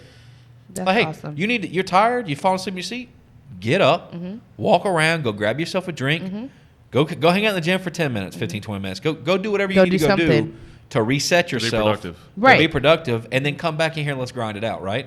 That makes it easier. If you got, what good am I doing forcing you to sit in the seat? Oh, hey man, you were up for 12 minutes. You only get a 10-minute break. Oh, yeah. You're 2 minutes late. Like, come on. That makes no sense to me, because Yeah. now I can't even do my job because I'm falling asleep. I'm like, oh damn, Yeah. I can't even open my eyes. Yeah. So how can I be productive to your business by being this sleepy? Exactly. You just want me to can't sit here do and it. pretend, like just sit. What you end up with is zombies, and they're just sitting here and they're pretending to work for your benefit. Right. Which means they're not actually They're not working, actually working. Yeah. which is stupid. It's still stupid. Yeah. So it's so good that y'all are bosses like that, because it creates such a healthy work environment. And I feel like it brings more business in that way. Oh, yeah. Like when you have that, like I feel like with my boss, me and her, I can talk junk with her, and she feels like it's cool. It's a cool environment, and it's so easy breezy. Like you want to go to work because it's not actually going to work. You're actually going to have fun. Well, we teach employees ownership too. Yeah, that's good. To act like it's their thing, their business. And it's their business, and that makes them more productive because they care. Yeah, and I don't know, man. I get so irritated. Now, sometimes, and again, predominantly, I have men that work around us. So with men, I can be a little bit more like this. With women, depending on how long I've known them, I still treat them the same way. Like if I knew you well enough, and I knew you weren't performing at what you're capable of doing, I would be like, hey, what's going on? Like everything okay? And probably you've already told me you're tired, you're not sleeping well, this is going on. We talk about things, right? I would have a conversation and try to help you solve the problem, right? And eventually, if we're having the same conversations over and over and over again, right? I'm gonna start being a little different. Like I got an employee that has done very well. Has been with me a long time. Who has sleep apnea, but never wears a CPAP. I mean, with the exception of when I was a teenager. I mean, let's say in the last 10 years, I've only missed half a dozen days of wearing my CPAP. I know how important it is. If I don't wear it, I'm exhausted. Number one cause of death with somebody with sleep apnea is falling asleep while they're driving. Okay? Wow. So I didn't know that. He falls asleep at his seat. This guy's highly productive, works a lot, does it. But imagine how much more he could get done if he wasn't so tired that he would literally fall asleep sitting up. That's crazy. You have to be really tired. He falls asleep sometimes at the stoplight, right? In the car. That's crazy. I've been that tired before. I've been that tired. Yeah. And I mean, it's nothing personal, but so I have to give him a little bit of a hard time because I've talked to him till I'm blue in the face about wearing your CPAP and about changing your lifestyle and these things. Now it's like, listen, bro. All right, let's have a real talk. If you're not going to do it, fine. You're a grown man, man. I'm going to have to pay somebody else that can. And that will. And that goes back to if you're not there, somebody else is going to do it. I mean, it's always the case. Yeah. And they may do it better. And that's what scares me. Like, you always have to put your best foot forward. And not saying he's not your employee. Not, he's awesome. He's awesome. I don't know him. I'm just saying that. Yeah. I'm speaking hypothetically. But you always have to put that best foot forward. There's another, I'm like full of quotes today. But Remy Ma, she had this thing. Where she was doing like this Gwinnett Fest, like this thing where it's a big fest in New York for all rappers or whatever. And this girl was like, "Oh my gosh, Remy Ma, you're picking favorites." She said, "Well, bitch, become the favorite." And I was like, "Oh, that's such a good moment because it's so true. Become the favorite. If you're mad because someone else is in that, do what they're doing to get in that position. Work hard." Yeah. And I love that because you have to do better. It's always someone better. Everybody thinks the cycle is work really hard, sacrifice, become successful. Stop working hard. Let me tell you what happens. At some point, complacency sets in for people that are successful, and they stop producing, which in itself creates opportunity for others to replace them, right? Think about bands that stop producing music, right? It literally creates opportunity for others because someone has to fill that void, right? So you're exactly right. Like, hey, listen, like the person I'm talking about is awesome. But if you're at a point in your life where you're not willing to do these things, and you're just not able to produce like you used to, maybe what you value is more time, and that's fine. I'm not gonna fire you over it. If you're loyal to me, I'm loyal to you. We'll work it out. Right. But okay, maybe that means is we only need to schedule for like 25 hours a week, and you need to do something else with your time. And during this window, maybe you need more rest. And so instead of you getting, everybody thinks, oh, I'm gonna get more pay raises. I want lots of pay raises, and I want to work less. That doesn't work. No. Right. So how about you take less money? How about we lower your requirements here so that way you have more time to do whatever it is that you want to do, including rest. And we bring some other people in here to help get this thing done, right? And we just start having a different kind of conversation, right? Well, income is usually directly associated with responsibility. Yeah. The more income you make, the more responsibility you have. You do. You have a ton of responsibility. Everybody thinks you own your business. You're not accountable to anybody. No. You're accountable to your partners. You're accountable to investors. You're accountable to your clients, to your customers. It's more. You're accountable to your employees. Yeah. And people are like, "Oh, I don't want a 9 to 5. I want to own my own place. I want to do this." Okay, you won't be working.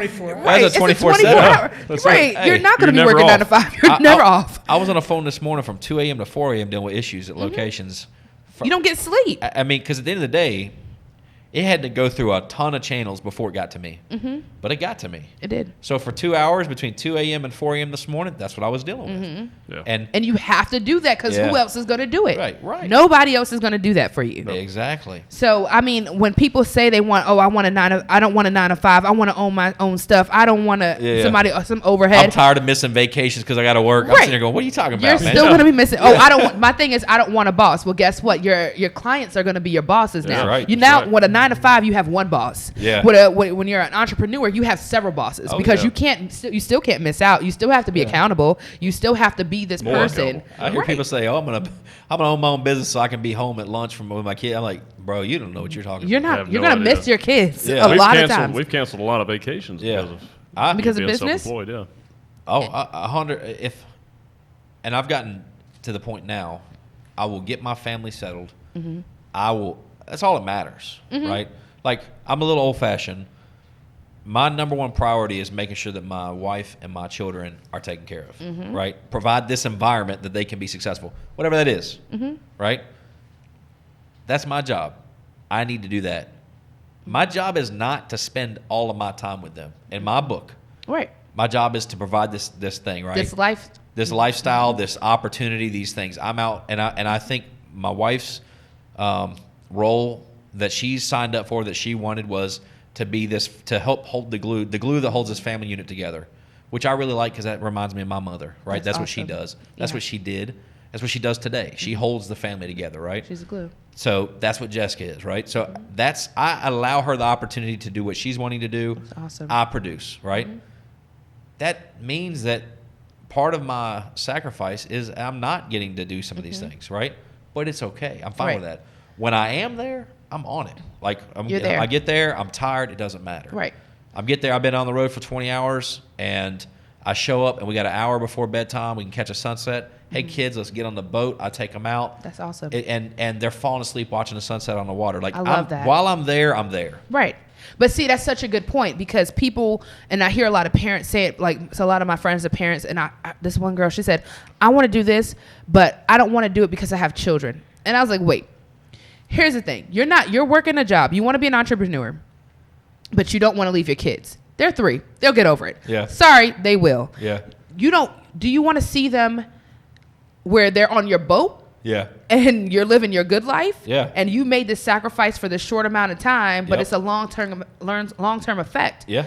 Or do you want to still be in the same place 10 years from now? You're still here. Yep. Your kids will get over it. They will love you once you buy them their boat. They have their business. Yeah. You can pay for their college. And, it's that sacrifice you have to make. And you have to say, okay, do I want to leave my children for this amount of time? For me, yeah, Well, I do. And also, what are you teaching your kids over those 10 years? Exactly. Yeah. What are they what's their future like? Exactly. Well, and here's the other thing is, and I say this quite often, if I'm going to be gone, it better be worthwhile. Oh, yeah. Yeah. So you stop. If you really get it dialed in, listen, if I'm away from my children, away from my home, away from my castle, whatever the hell you want to call it, away from whatever in my life that's important to me, then it better be worthwhile. Stop wasting time. It's not like you're sitting there messing around not doing shit. Like, you're working. You're making something happen. I get done. I take my big ass home.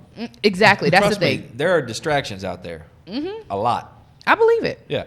I take my big ass home. Y'all That's have good. fun. Right. I'm going to fuck home. Exactly. You know?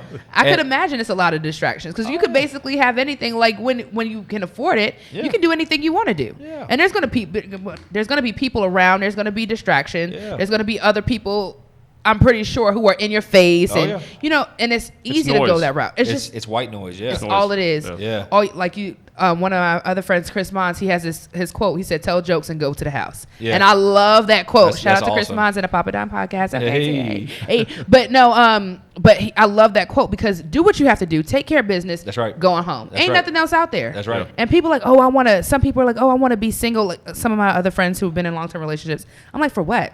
Like, you're already married. What are you telling me this for? I don't want to know. Yeah. Like, you don't understand what a good thing you have. All you have to do is real simple. Go make your shit happen. Yeah. Come home to the house. Yeah. Everything is already done. Make it real easy. But people want to do more than what they need to do, and that's where the issue comes in. I agree. And for me, is learn to be okay. Figure out who you are, and that's so difficult, right? But just think about it. What's really important to you? What are your goals? What are you willing to sacrifice to get there? Right. Like, define these things and then live that life. Yeah. And then if you're going to work your ass off, you're going to miss things. Like, I make a point. Certain things are family things. Oh, yeah. Like July 4th. I got invited to a dozen July 4th things. Oh, yeah. At least. Right? I spent my mom came over. Like, July 4th for me is a family thing. Like, Yeah. I travel all the time. If I'm going to be in the state, if I'm going to be home, I'm going to try and spend it with family. So, like, certain things for me, like Christmas, I try to spend with family. Now, that doesn't mean that I'm not working. Right. I flew back and forth. Like, they were in Florida. I went there. I was able to spend some time. I flew back and worked. I mean, like, that's just what I do. You have to make that sacrifice. Yeah. You have to understand what's more important. But don't be the husband or the wife that's out there producing, and when you have opportunities to be home with your family, you're out fucking somebody else or whatever it is you're out there doing, right? And that's half the time what it is, because with money comes power too. Because and I see it all the time working nightlife. I see people. I didn't even know one of my customers. He was coming to me for maybe about 4 years. He was a karaoke regular, and the next year I knew him. He came in on his anniversary. I had no idea this man was married this whole time. I was like. This is a shock. Well, he probably shouldn't be married. He's probably very unhappy. I did not know this man was married. Yeah. I didn't know. He tried to hit on every bartender in there. I'm like, and he was like, I just want to give a shout out to my wife. We're celebrating our happiest 13 years. I'm like, no. Where's she at? Yeah. I don't really know about that. Yeah. I was like, this is the first time I meet her in the years that I've known you. Yeah. Matter of fact, you never mentioned her. I was like, okay. And like, they're happy, but I keep quiet. But that's what scares me too. I'm just like, I want that power. Am I going to eventually marry somebody that understands with power? You got to have respect too. Respect for yourself. You got to have respect for your wife or your husband. You can't be out there doing this. Yeah. Right. Why? And Beyonce, another quote. I got you. I'm here with the quotables. She was like, she's had half of me and she's not even half of me. That's one of my favorite quotes. And like, how dare you put someone in the position of your wife or your husband? Like, you married them for a reason. Yeah. So why be out there doing that mess? And that's a whole nother topic, because I could go on for hours and hours about that. But you have to do what you have to do. Yeah. And I said it, and go home. Yeah, it's real simple. You can live a happy life. My favorite thing is spending time with my wife and my daughter. That's awesome. It's the best do y'all get, and tell me to shut the hell up if this I don't is know too that personal. that's my favorite thing. I enjoy it thoroughly. I love my children. I love my wife, but I need both. Okay. I need to be away and I need to be home. Like, and that's okay to say. Yeah, you need my time away makes me say. able to be awesome when I'm home. That's a good point. Yeah. And that's why I am so here for man caves and girl caves. Honesty is key. You're talking about a relationship? Mm-hmm. Have a man that'll be honest with you straight up, whether you like it or not. I want that. I was about to say, no, like, hey, that hurts. Like, let's say, because we own some strip clubs and things like that. So, most people in a relationship, strip club. I don't. Yeah, I was about to say, y'all, Neil, you ain't I don't. No, I was about to say, Neil, hell, I didn't know. No, I apologize. Myself and my other partner own some strip clubs. We're closing another one tomorrow. And it's not all that we do. It's just a thing that we do. Mostly we own the real estate. So we own the buildings. We have tenants, et cetera. And that's the real money. Yeah. Owning the real estate. Yeah, so mostly we own the real estate. But the point, though, is that I'm not going to waste my time lying to my wife about it. My wife, we've been together a long time. She knows the deal. Awesome. If I'm in the strip club, there's a reason I'm there, first of all. Think about that. But secondly, I'm not ignoring your phone call. I don't turn the location services off. We're not playing games. You want to call me? I like that. Call me. You want to text me? Text me. Guess what? It's on the calendar. So we have a family calendar. She doesn't know a play-by-play, but there are certain things like that I'll just throw on the calendar.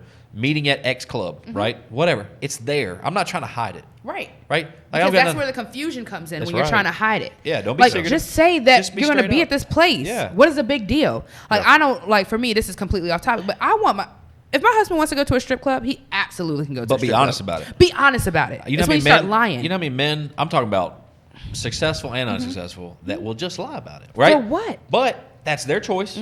But I'm just like, so really what your wife is saying is that she would rather you keep her in the dark and not be honest with her than you just be straight about it. And most men are going to be like, yeah. And I disagree, but some men's wife will leave them if they're honest about it. And I get it. I get that too. But that's kind of like the parents saying, You shouldn't smoke. You shouldn't drink. You don't have premarital sex. Like, you can enforce the law, and what's going to happen is it's not an enforceable thing, right? So the person is going to do it and just lie to you about it. That's all they're going to do. And that's why I'm saying, if my husband, my future husband, wants to go to the strip club, hell, can I come with Go you with for a little him. bit? Yeah. I was like, I want to go too. We'll both get a lap dance. Listen. I pay for your lap dance. It's totally fine. I agree. Just Go be with him. honest. Yeah. Just be honest. Don't Yeah. if you're lying to me, that's where the issue comes in. Exactly. Don't lie to me and say you're with your cousin and you at the strip club. I'm like, okay, so who you got at the strip club? Do you have a favorite stripper that y'all go Yeah. do what you have to do? Yeah. Or Yeah. y'all in a red room and this, like, I think for the most part, and I can't speak for all clubs, but I think women should do whatever they want to do with their body. Men should be able to do whatever they want to do with their body. And think. I think if you're at a strip club, I think pick a respectful club that values the safety of the girls, that's well lit, that has cameras, that has rules. Nope. Yep. Yeah, that basically what really is taking place inside of most clubs is companionship. Mostly, predominantly, you have men and women that are missing companionship in their lives, right? There's a lot of lonely people out there. There is.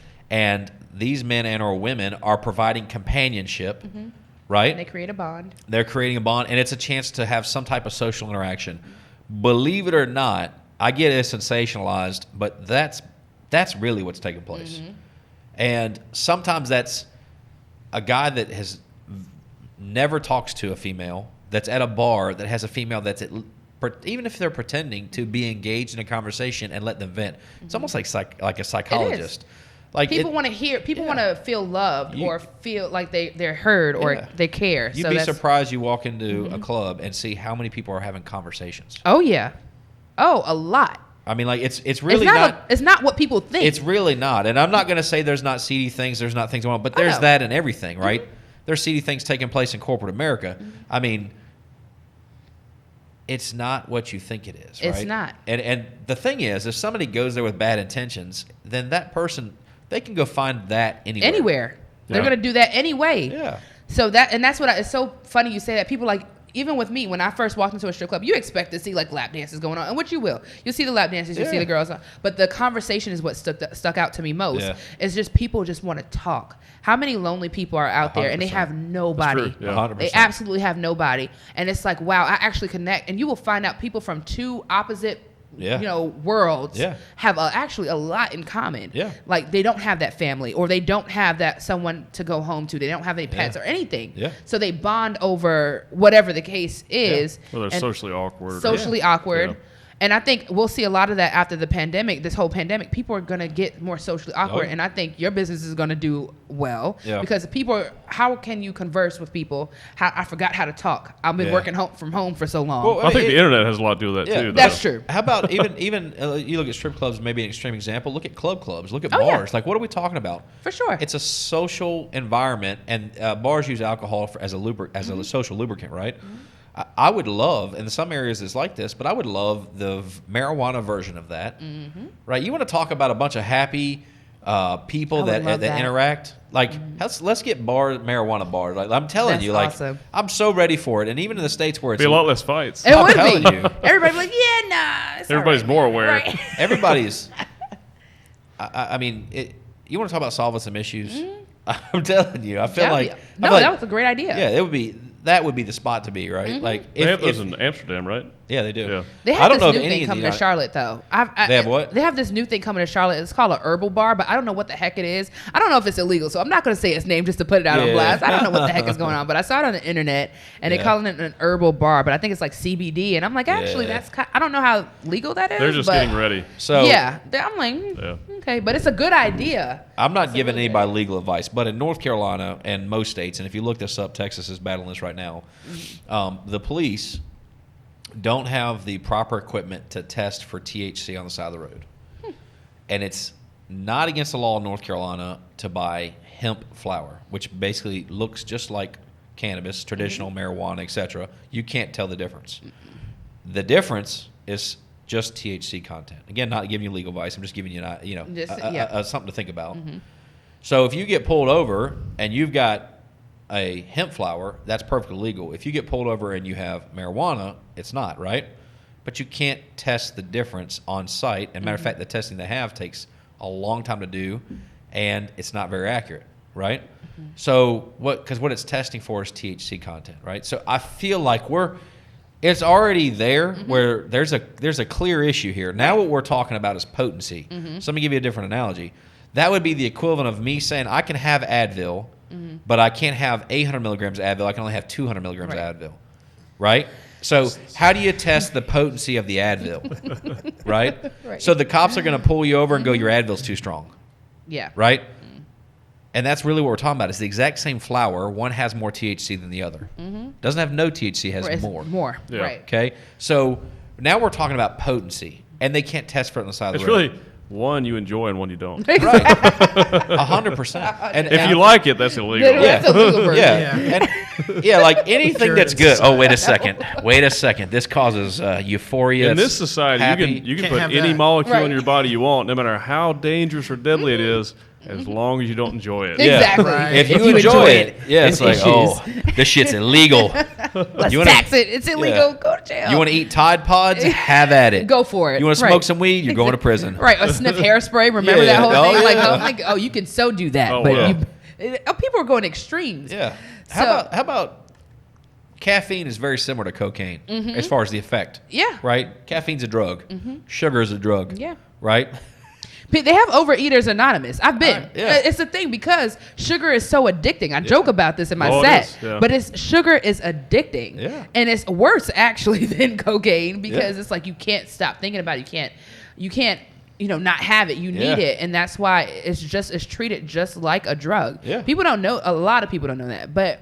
Well, how many people die from obesity a year? Oh, so it was almost, what, Seven- 670,000 or something like That's that last crazy. year? Probably the most dangerous drug. In It the United- is. in the United That's the States. real pandemic. Yeah. And if you add heart, if you go obese and then add like heart, Oh, yeah. we're over 1 million. Like if you go obese and add any one other thing, it's over 1 million last Wow. year. So That's scary. It's like, don't be obese. Like what my running joke was is I only can afford one vice. Like I'm already fat. I can't smoke. Right? Like You that gotta was my choose thing. Like one. you can't You gotta choose be one. two, right? No, like you can't be. don't be fucking stupid. Like if you're fat, you just gotta be fat. That's it. You're not allowed You nothing can't else. have nothing else.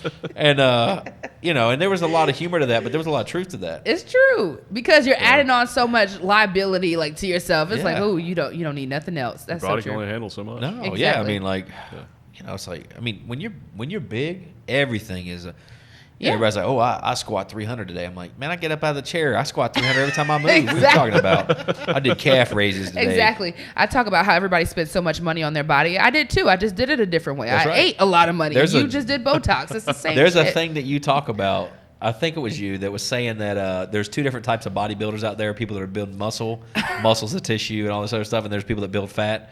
Did you ever hear about this? Maybe it wasn't That's you. hilarious. And like I it was love that. it was kind of a troll thing, but they were talking about we should praise people that build fat bodies too. It was like this troll should. like. That's and I am here for They that. both require hard work and lots of money and sacrifice. It's like an all-in-one gym. Yeah, That's yeah. hilarious. All in one. There's a pizza over here. It's like the Planet Fitness. You and all know, that. I got fat. So what would happen for me is, it's all personal choices, right? Mm-hmm. But I'd be at home at 3:00 in the morning. I'm driving home, right? Because my thing is, I'll get home 4:00 in the morning. Mm-hmm. I'll go home, so I can I'll get up and 3 or 4 hours later and spend 15, 20 minutes with my kids before I leave, right? That's so if awesome. I can make it home, I go home. Right. But what's open at 3:00 in the morning? Legs and cookout. Yeah, yeah, exactly. That's exactly. it. That's about it. And I was basically having the cookout, the McDonald's, or I'd hit the Sheets, the Wawa, depending on where I'm at. Flying J's. Ooh, there is a Sheets here. Yeah. Oh, damn, I forgot. I'm gonna hit Sheets. And I would get it in. I'd get, if it was a gas station, I'd get $20-$30 worth of junk food. Mm-hmm. If it was McDonald's, I was hitting that 50-piece, two large fries, 2 drinks, $11.99, right? And when they raised the price on that, was one of the worst days of my life. I mean, I think it went like $14.99 or something. I was like, what the fuck? But $3 extra, really? Nothing changed, But I just would your heart. overeat. I'd hit Dunkin' Donuts or Krispy Kreme, and I'd get 2 dozen donuts. Oh yeah. Right, I'd get a dozen original glaze, and the other dozen be mixed. Right, That and, sort of flavor hit different. Yeah, because you want to mess it up. And then by Oh, the yeah. time I get home, let's say it's a 4-hour drive, I'd eat a half a dozen to a dozen and a half donuts. I wouldn't eat them all, but I'd get close. Right. And the next day, I'd finish off when I woke Finish up. I'd out. finish them off. Right, so like I was doing a lot of dumb things, yeah. and you do that over a long period of time. But you don't think about it. It's binging, Yeah. and I'm a binge eater myself. Yeah. I'm in between. Like I'm either going to starve myself or I'm going to binge. Yeah. There's like I don't have a great relationship with food. Yeah. So I get exactly what Yeah. you're saying. It's like you never get that And satisfaction. There was a period where I wouldn't do it in front of people. You can't. Yeah. You can't because now you've exposed yourself. Yeah. Oh yeah. I've Yeah. done that. I The don't know why. hiding. Yeah. So You start hiding shit Yeah, hide behind your shit. car. Yeah, you get in the guys be cleaning my car and it'll be shit shoved down in the side. The fucking how many Snickers bars did you eat? Three Musketeer. And I was an equal opportunity employer when it came to the food. I'd be like, all right, I'm gonna get a Kit Kat. I'm gonna get 3 Musketeers. Oh, I want a Hershey bar. I mean, like, I want some gummies, some Haribo bears. And I was just like, I may want something, so I'm gonna get it all, right? And this is one of the things about when you start doing well financially.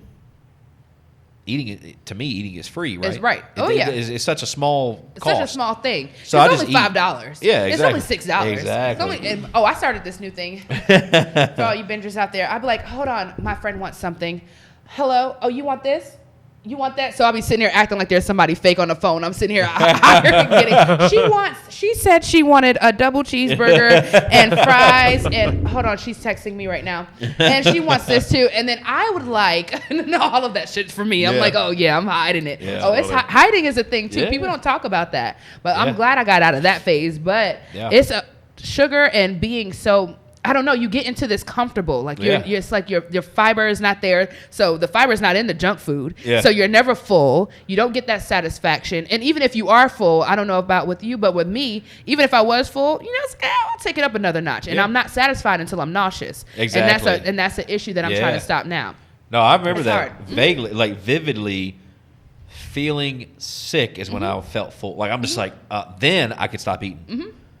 Only then. You can't. You have to wait until you're right there. And luckily, and then you're almost like, I wish I shouldn't have done that. Now regret it. All the steps and now self doubt. And now self hate. And then it's into the cycle. But guess what? You're gonna do this shit tomorrow. Let's do it all over again. All over again. It's a mental thing. And once you get out of that mental of, I need to do better. Yeah. And whereas I'm not better at any point, but the one thing I haven't done is that it's not like a binge thing anymore. Like I eat like crap. And then I'm done. But it's not like all right, I got to get this and get my next fix and do this and do this. Like, it's not that. Yeah. Or if I do it, it's not the self-doubt anymore. I was like, I did that shit and it felt great. Yeah. So no more self-doubt. Yeah. But thankfully, I was in this cycle and I was teetering between like basically just under 400 and the highest I ever weighed in, I believe was 421. Now, if you think about this, if only people out there that are really big probably would understand this, but you're scared to get on the scale. So what happens is if you know you're going to weigh in, you actually start changing some things before you ever weigh in. So that might be a week, it might be 3 or 4 days, it might be 2 or 3 weeks. But you actually drop weight during that period and don't even know it just before you get on the scale because, and then now you've started tracking it and you get disappointed when you don't lose a lot of weight. Well, what's probably already happened is you've actually probably already lost some weight, right? But I used to do that shit. And so thankfully, knock on wood, the 12th of 6 months, I got the lifestyle and I'm going to call it, I'm not going to call it diet, but the eating, I got it in check. The first 2 or 3 weeks, the first month were hell. Month 2, the further I distance myself from it, now I can't actually even believe that I did it. Like honestly, that's crazy. And now I can be honest and say, yeah, I used to eat this, I used to do this, I used to do that. And at the time, I just didn't talk about it. You don't talk about it, because now you have to admit it, And that's the first thing. That's the first step, right? Is admitting that there's an issue. But if you admit it, now you have to change it. So that's what the cycle is. So it's all everything. I say all that to say. Everything is mental and what you tell yourself too. Because you can tell yourself a lot. You can easily psych yourself out. And that's why I love the movie It. You know the movie It with Pennywise? Yeah, people think of it as a scary movie. It's actually a motivational movie if you look at it. Because what they're saying is whatever you think of, you control it. It got them in because it knew something that they would like. That's how Pennywise got people down to the damn sewage. He got on their plays and look, he likes the boat, so I'm gonna be on a boat. And when what they said is, "You're not real. This is all in my head. This is not real. Pennywise doesn't exist," and he went away. It's the same thing about life. I feel like it's a motivational thing. And it was scary as hell with clowns, but it was motivation. In my mind, I'm like, damn, that's a good damn plot, but a good way to put it. It's true. All in your head. It is. Yeah, because any kind of dangerous thought can destroy you. It can kill you. And that's what he did. Pennywise killed people. Because people wouldn't accept the fact that he's not real. Right. So guess what? It killed you. So like the addiction's not real. The addiction is not real. I mean, it's real to you. Right. But you can just... You can psych yourself out of it. It's a thought process. And that's what I've done. And hopefully, I feel like I'm past it. The harder part, I would say that was the hardest part. But then the second hard part became... we'll just say physical activity, right? But now I've been doing that for about 3 weeks. The first week was hell. Mm-hmm. I'm going to be straight with you. I wanted to quit. I didn't want to do it. I was uncomfortable. I felt uncomfortable for days. I felt I wasn't sleeping. Like it did not feel good. People are like, oh, you get euphoric after you work out. You look forward to it. No, fuck that. Hell no. I did not like it. I didn't want to go in there. I didn't want to pretend to go through the motions. Mm-hmm. I did it. Week 2 was probably a little bit worse because I was sore. Mm-hmm.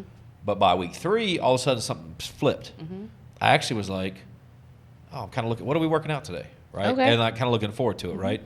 Yesterday, same thing. Now, somewhere in that 3 to 4 weeks of doing it consistently, even though I didn't like it, now I'm kind of going, okay, I'm feeling better. Right. I'm looking forward to it. I'm not debilitated.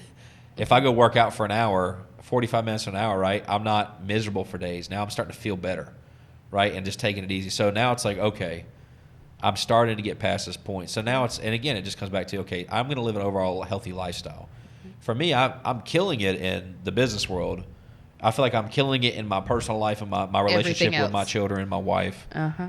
And me personally as my body, if I stay on the path I was on, I'm not going to be around a very long time to enjoy it. Exactly. Self-destruction. So, so for me, it's like, okay, if you can't be amazing in 2 of 3 areas, because if I don't take care of my vessel, this shell that we are in, that runs everything else. yeah, then all the other stuff is irrelevant. That's so true. That's a good point. So, it's just like, anyway, but I'm thankful to have made it the last 5 going on 6 months. And for everybody out there struggling with the weight stuff, I feel you. I feel you on that. I don't Yeah. judge anybody. Yeah. And you don't know what people are going through. You don't know what their thing is. And Oh, yeah. I feel like the only thing for me that worked was this one place called Heroic Fitness, and you pay $600. If you lose 20 pounds in 6 weeks, you get your money back. I remember you doing remember that. me doing Yeah. that? JD did it actually. I remember JD? that. Yeah, that's right. That's pretty cool. Oh, though. it's awesome. I was there every workout. I'm like, hell, y'all need help setting up this gym? I'm here. I'm getting that money right back. Yeah. I did it twice. I lost 60 pounds in no time because I was there. It was a motivation, but it was a really good experience. I forgot JD put me on that. He did because he did Yeah. it. It was such a good thing, but it got a lot of people motivated. So And whatever see, it takes. That's why with some of our businesses, while we have the gym and we have some of these other stuff that our people have access to, it's just, I think it's also just providing a different outlet for people, right? Like, you're stressed, you're this, you're that. The gym is right there. It's free. It costs you anything, right? Like, we also have a pool table and a ping pong table, and we have some other thing. Like, it's just, like, whatever it is you need to just disconnect for a minute, and then you can get back to the work. So we're trying to provide positive stuff for people to do, Yeah. right? And I go, sometimes Neil and he helps me out. Like, we have to have business. We meet all the time. I can walk while I'm meeting, so we go on hikes. That's smart. And he said he does that to help me out. So, we're going to hike, which he enjoys the hike, but more so that at that specific time, he's also doing me a solid because he's getting me moving. We're still having the same meeting, right? And we're up doing something positive together, right? First time I didn't tell him it was going to be 3 or 4 miles. Yeah, he fucked me up. If he had told me, I would have never. I'm gonna be straight with you. Showed up. I wouldn't have went. You would have never went. Listen, we got there, and I saw this sign.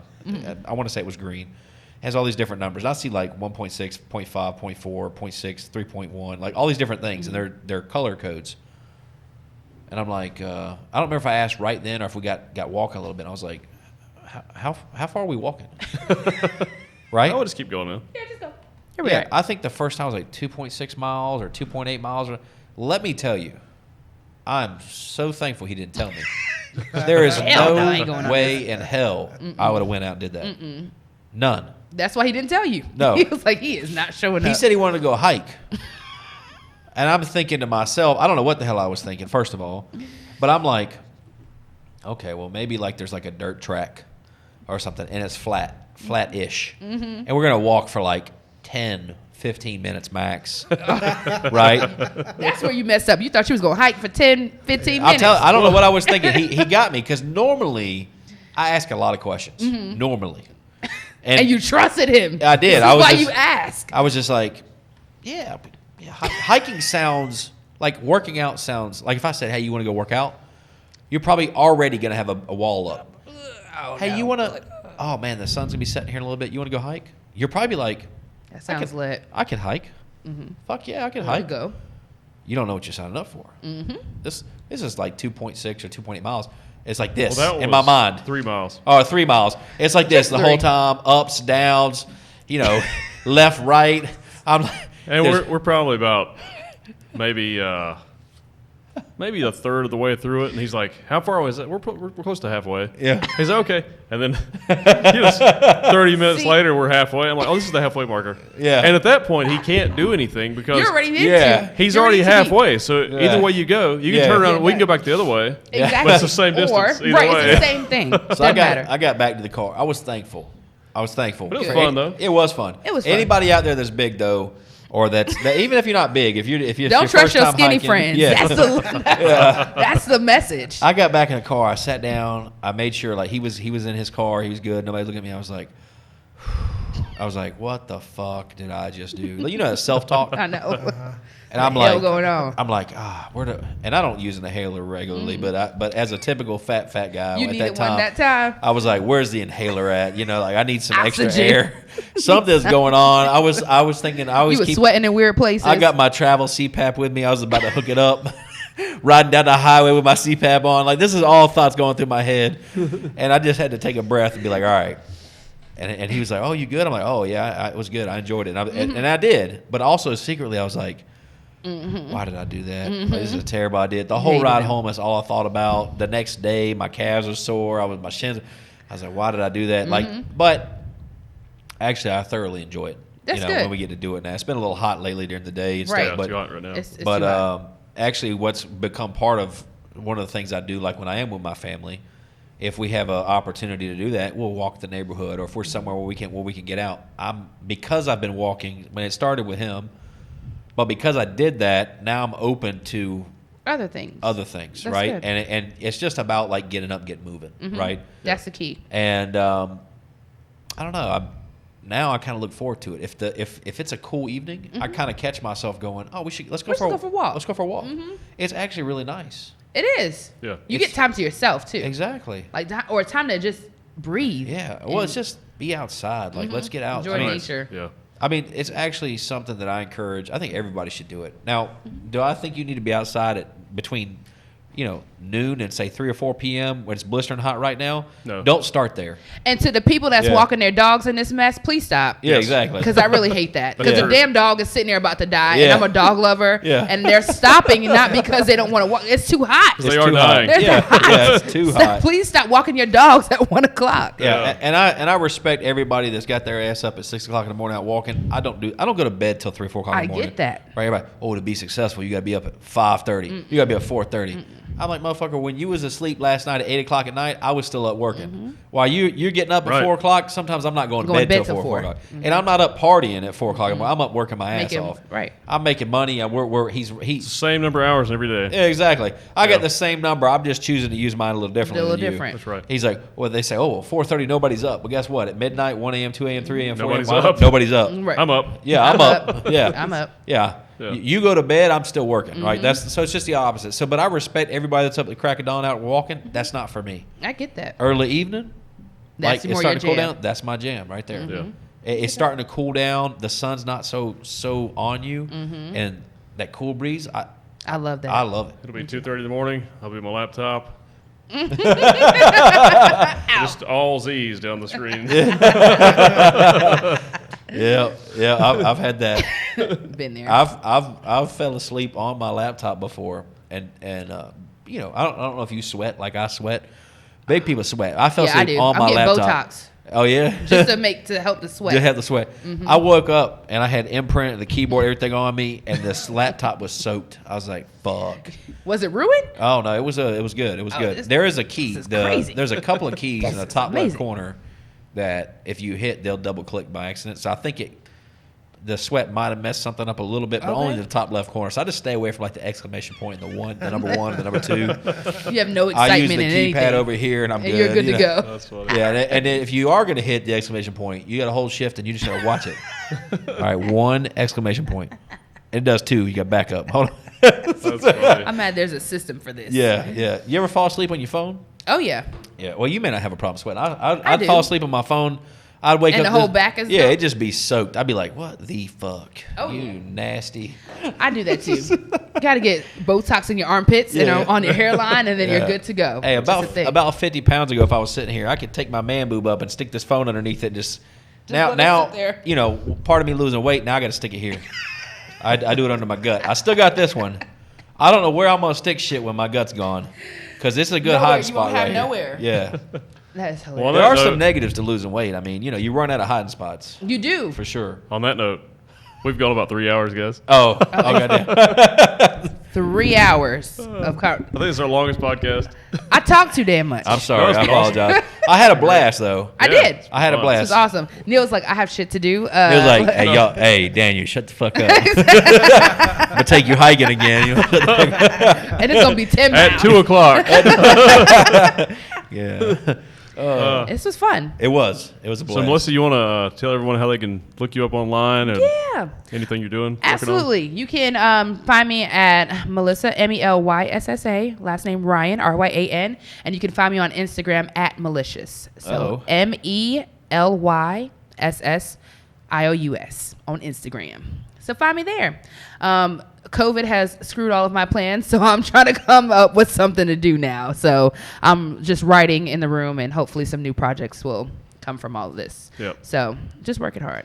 It's been a pleasure having you on. Thank you. And, Been fun talking for 3 damn hours. Been awesome. We'll see you guys next week.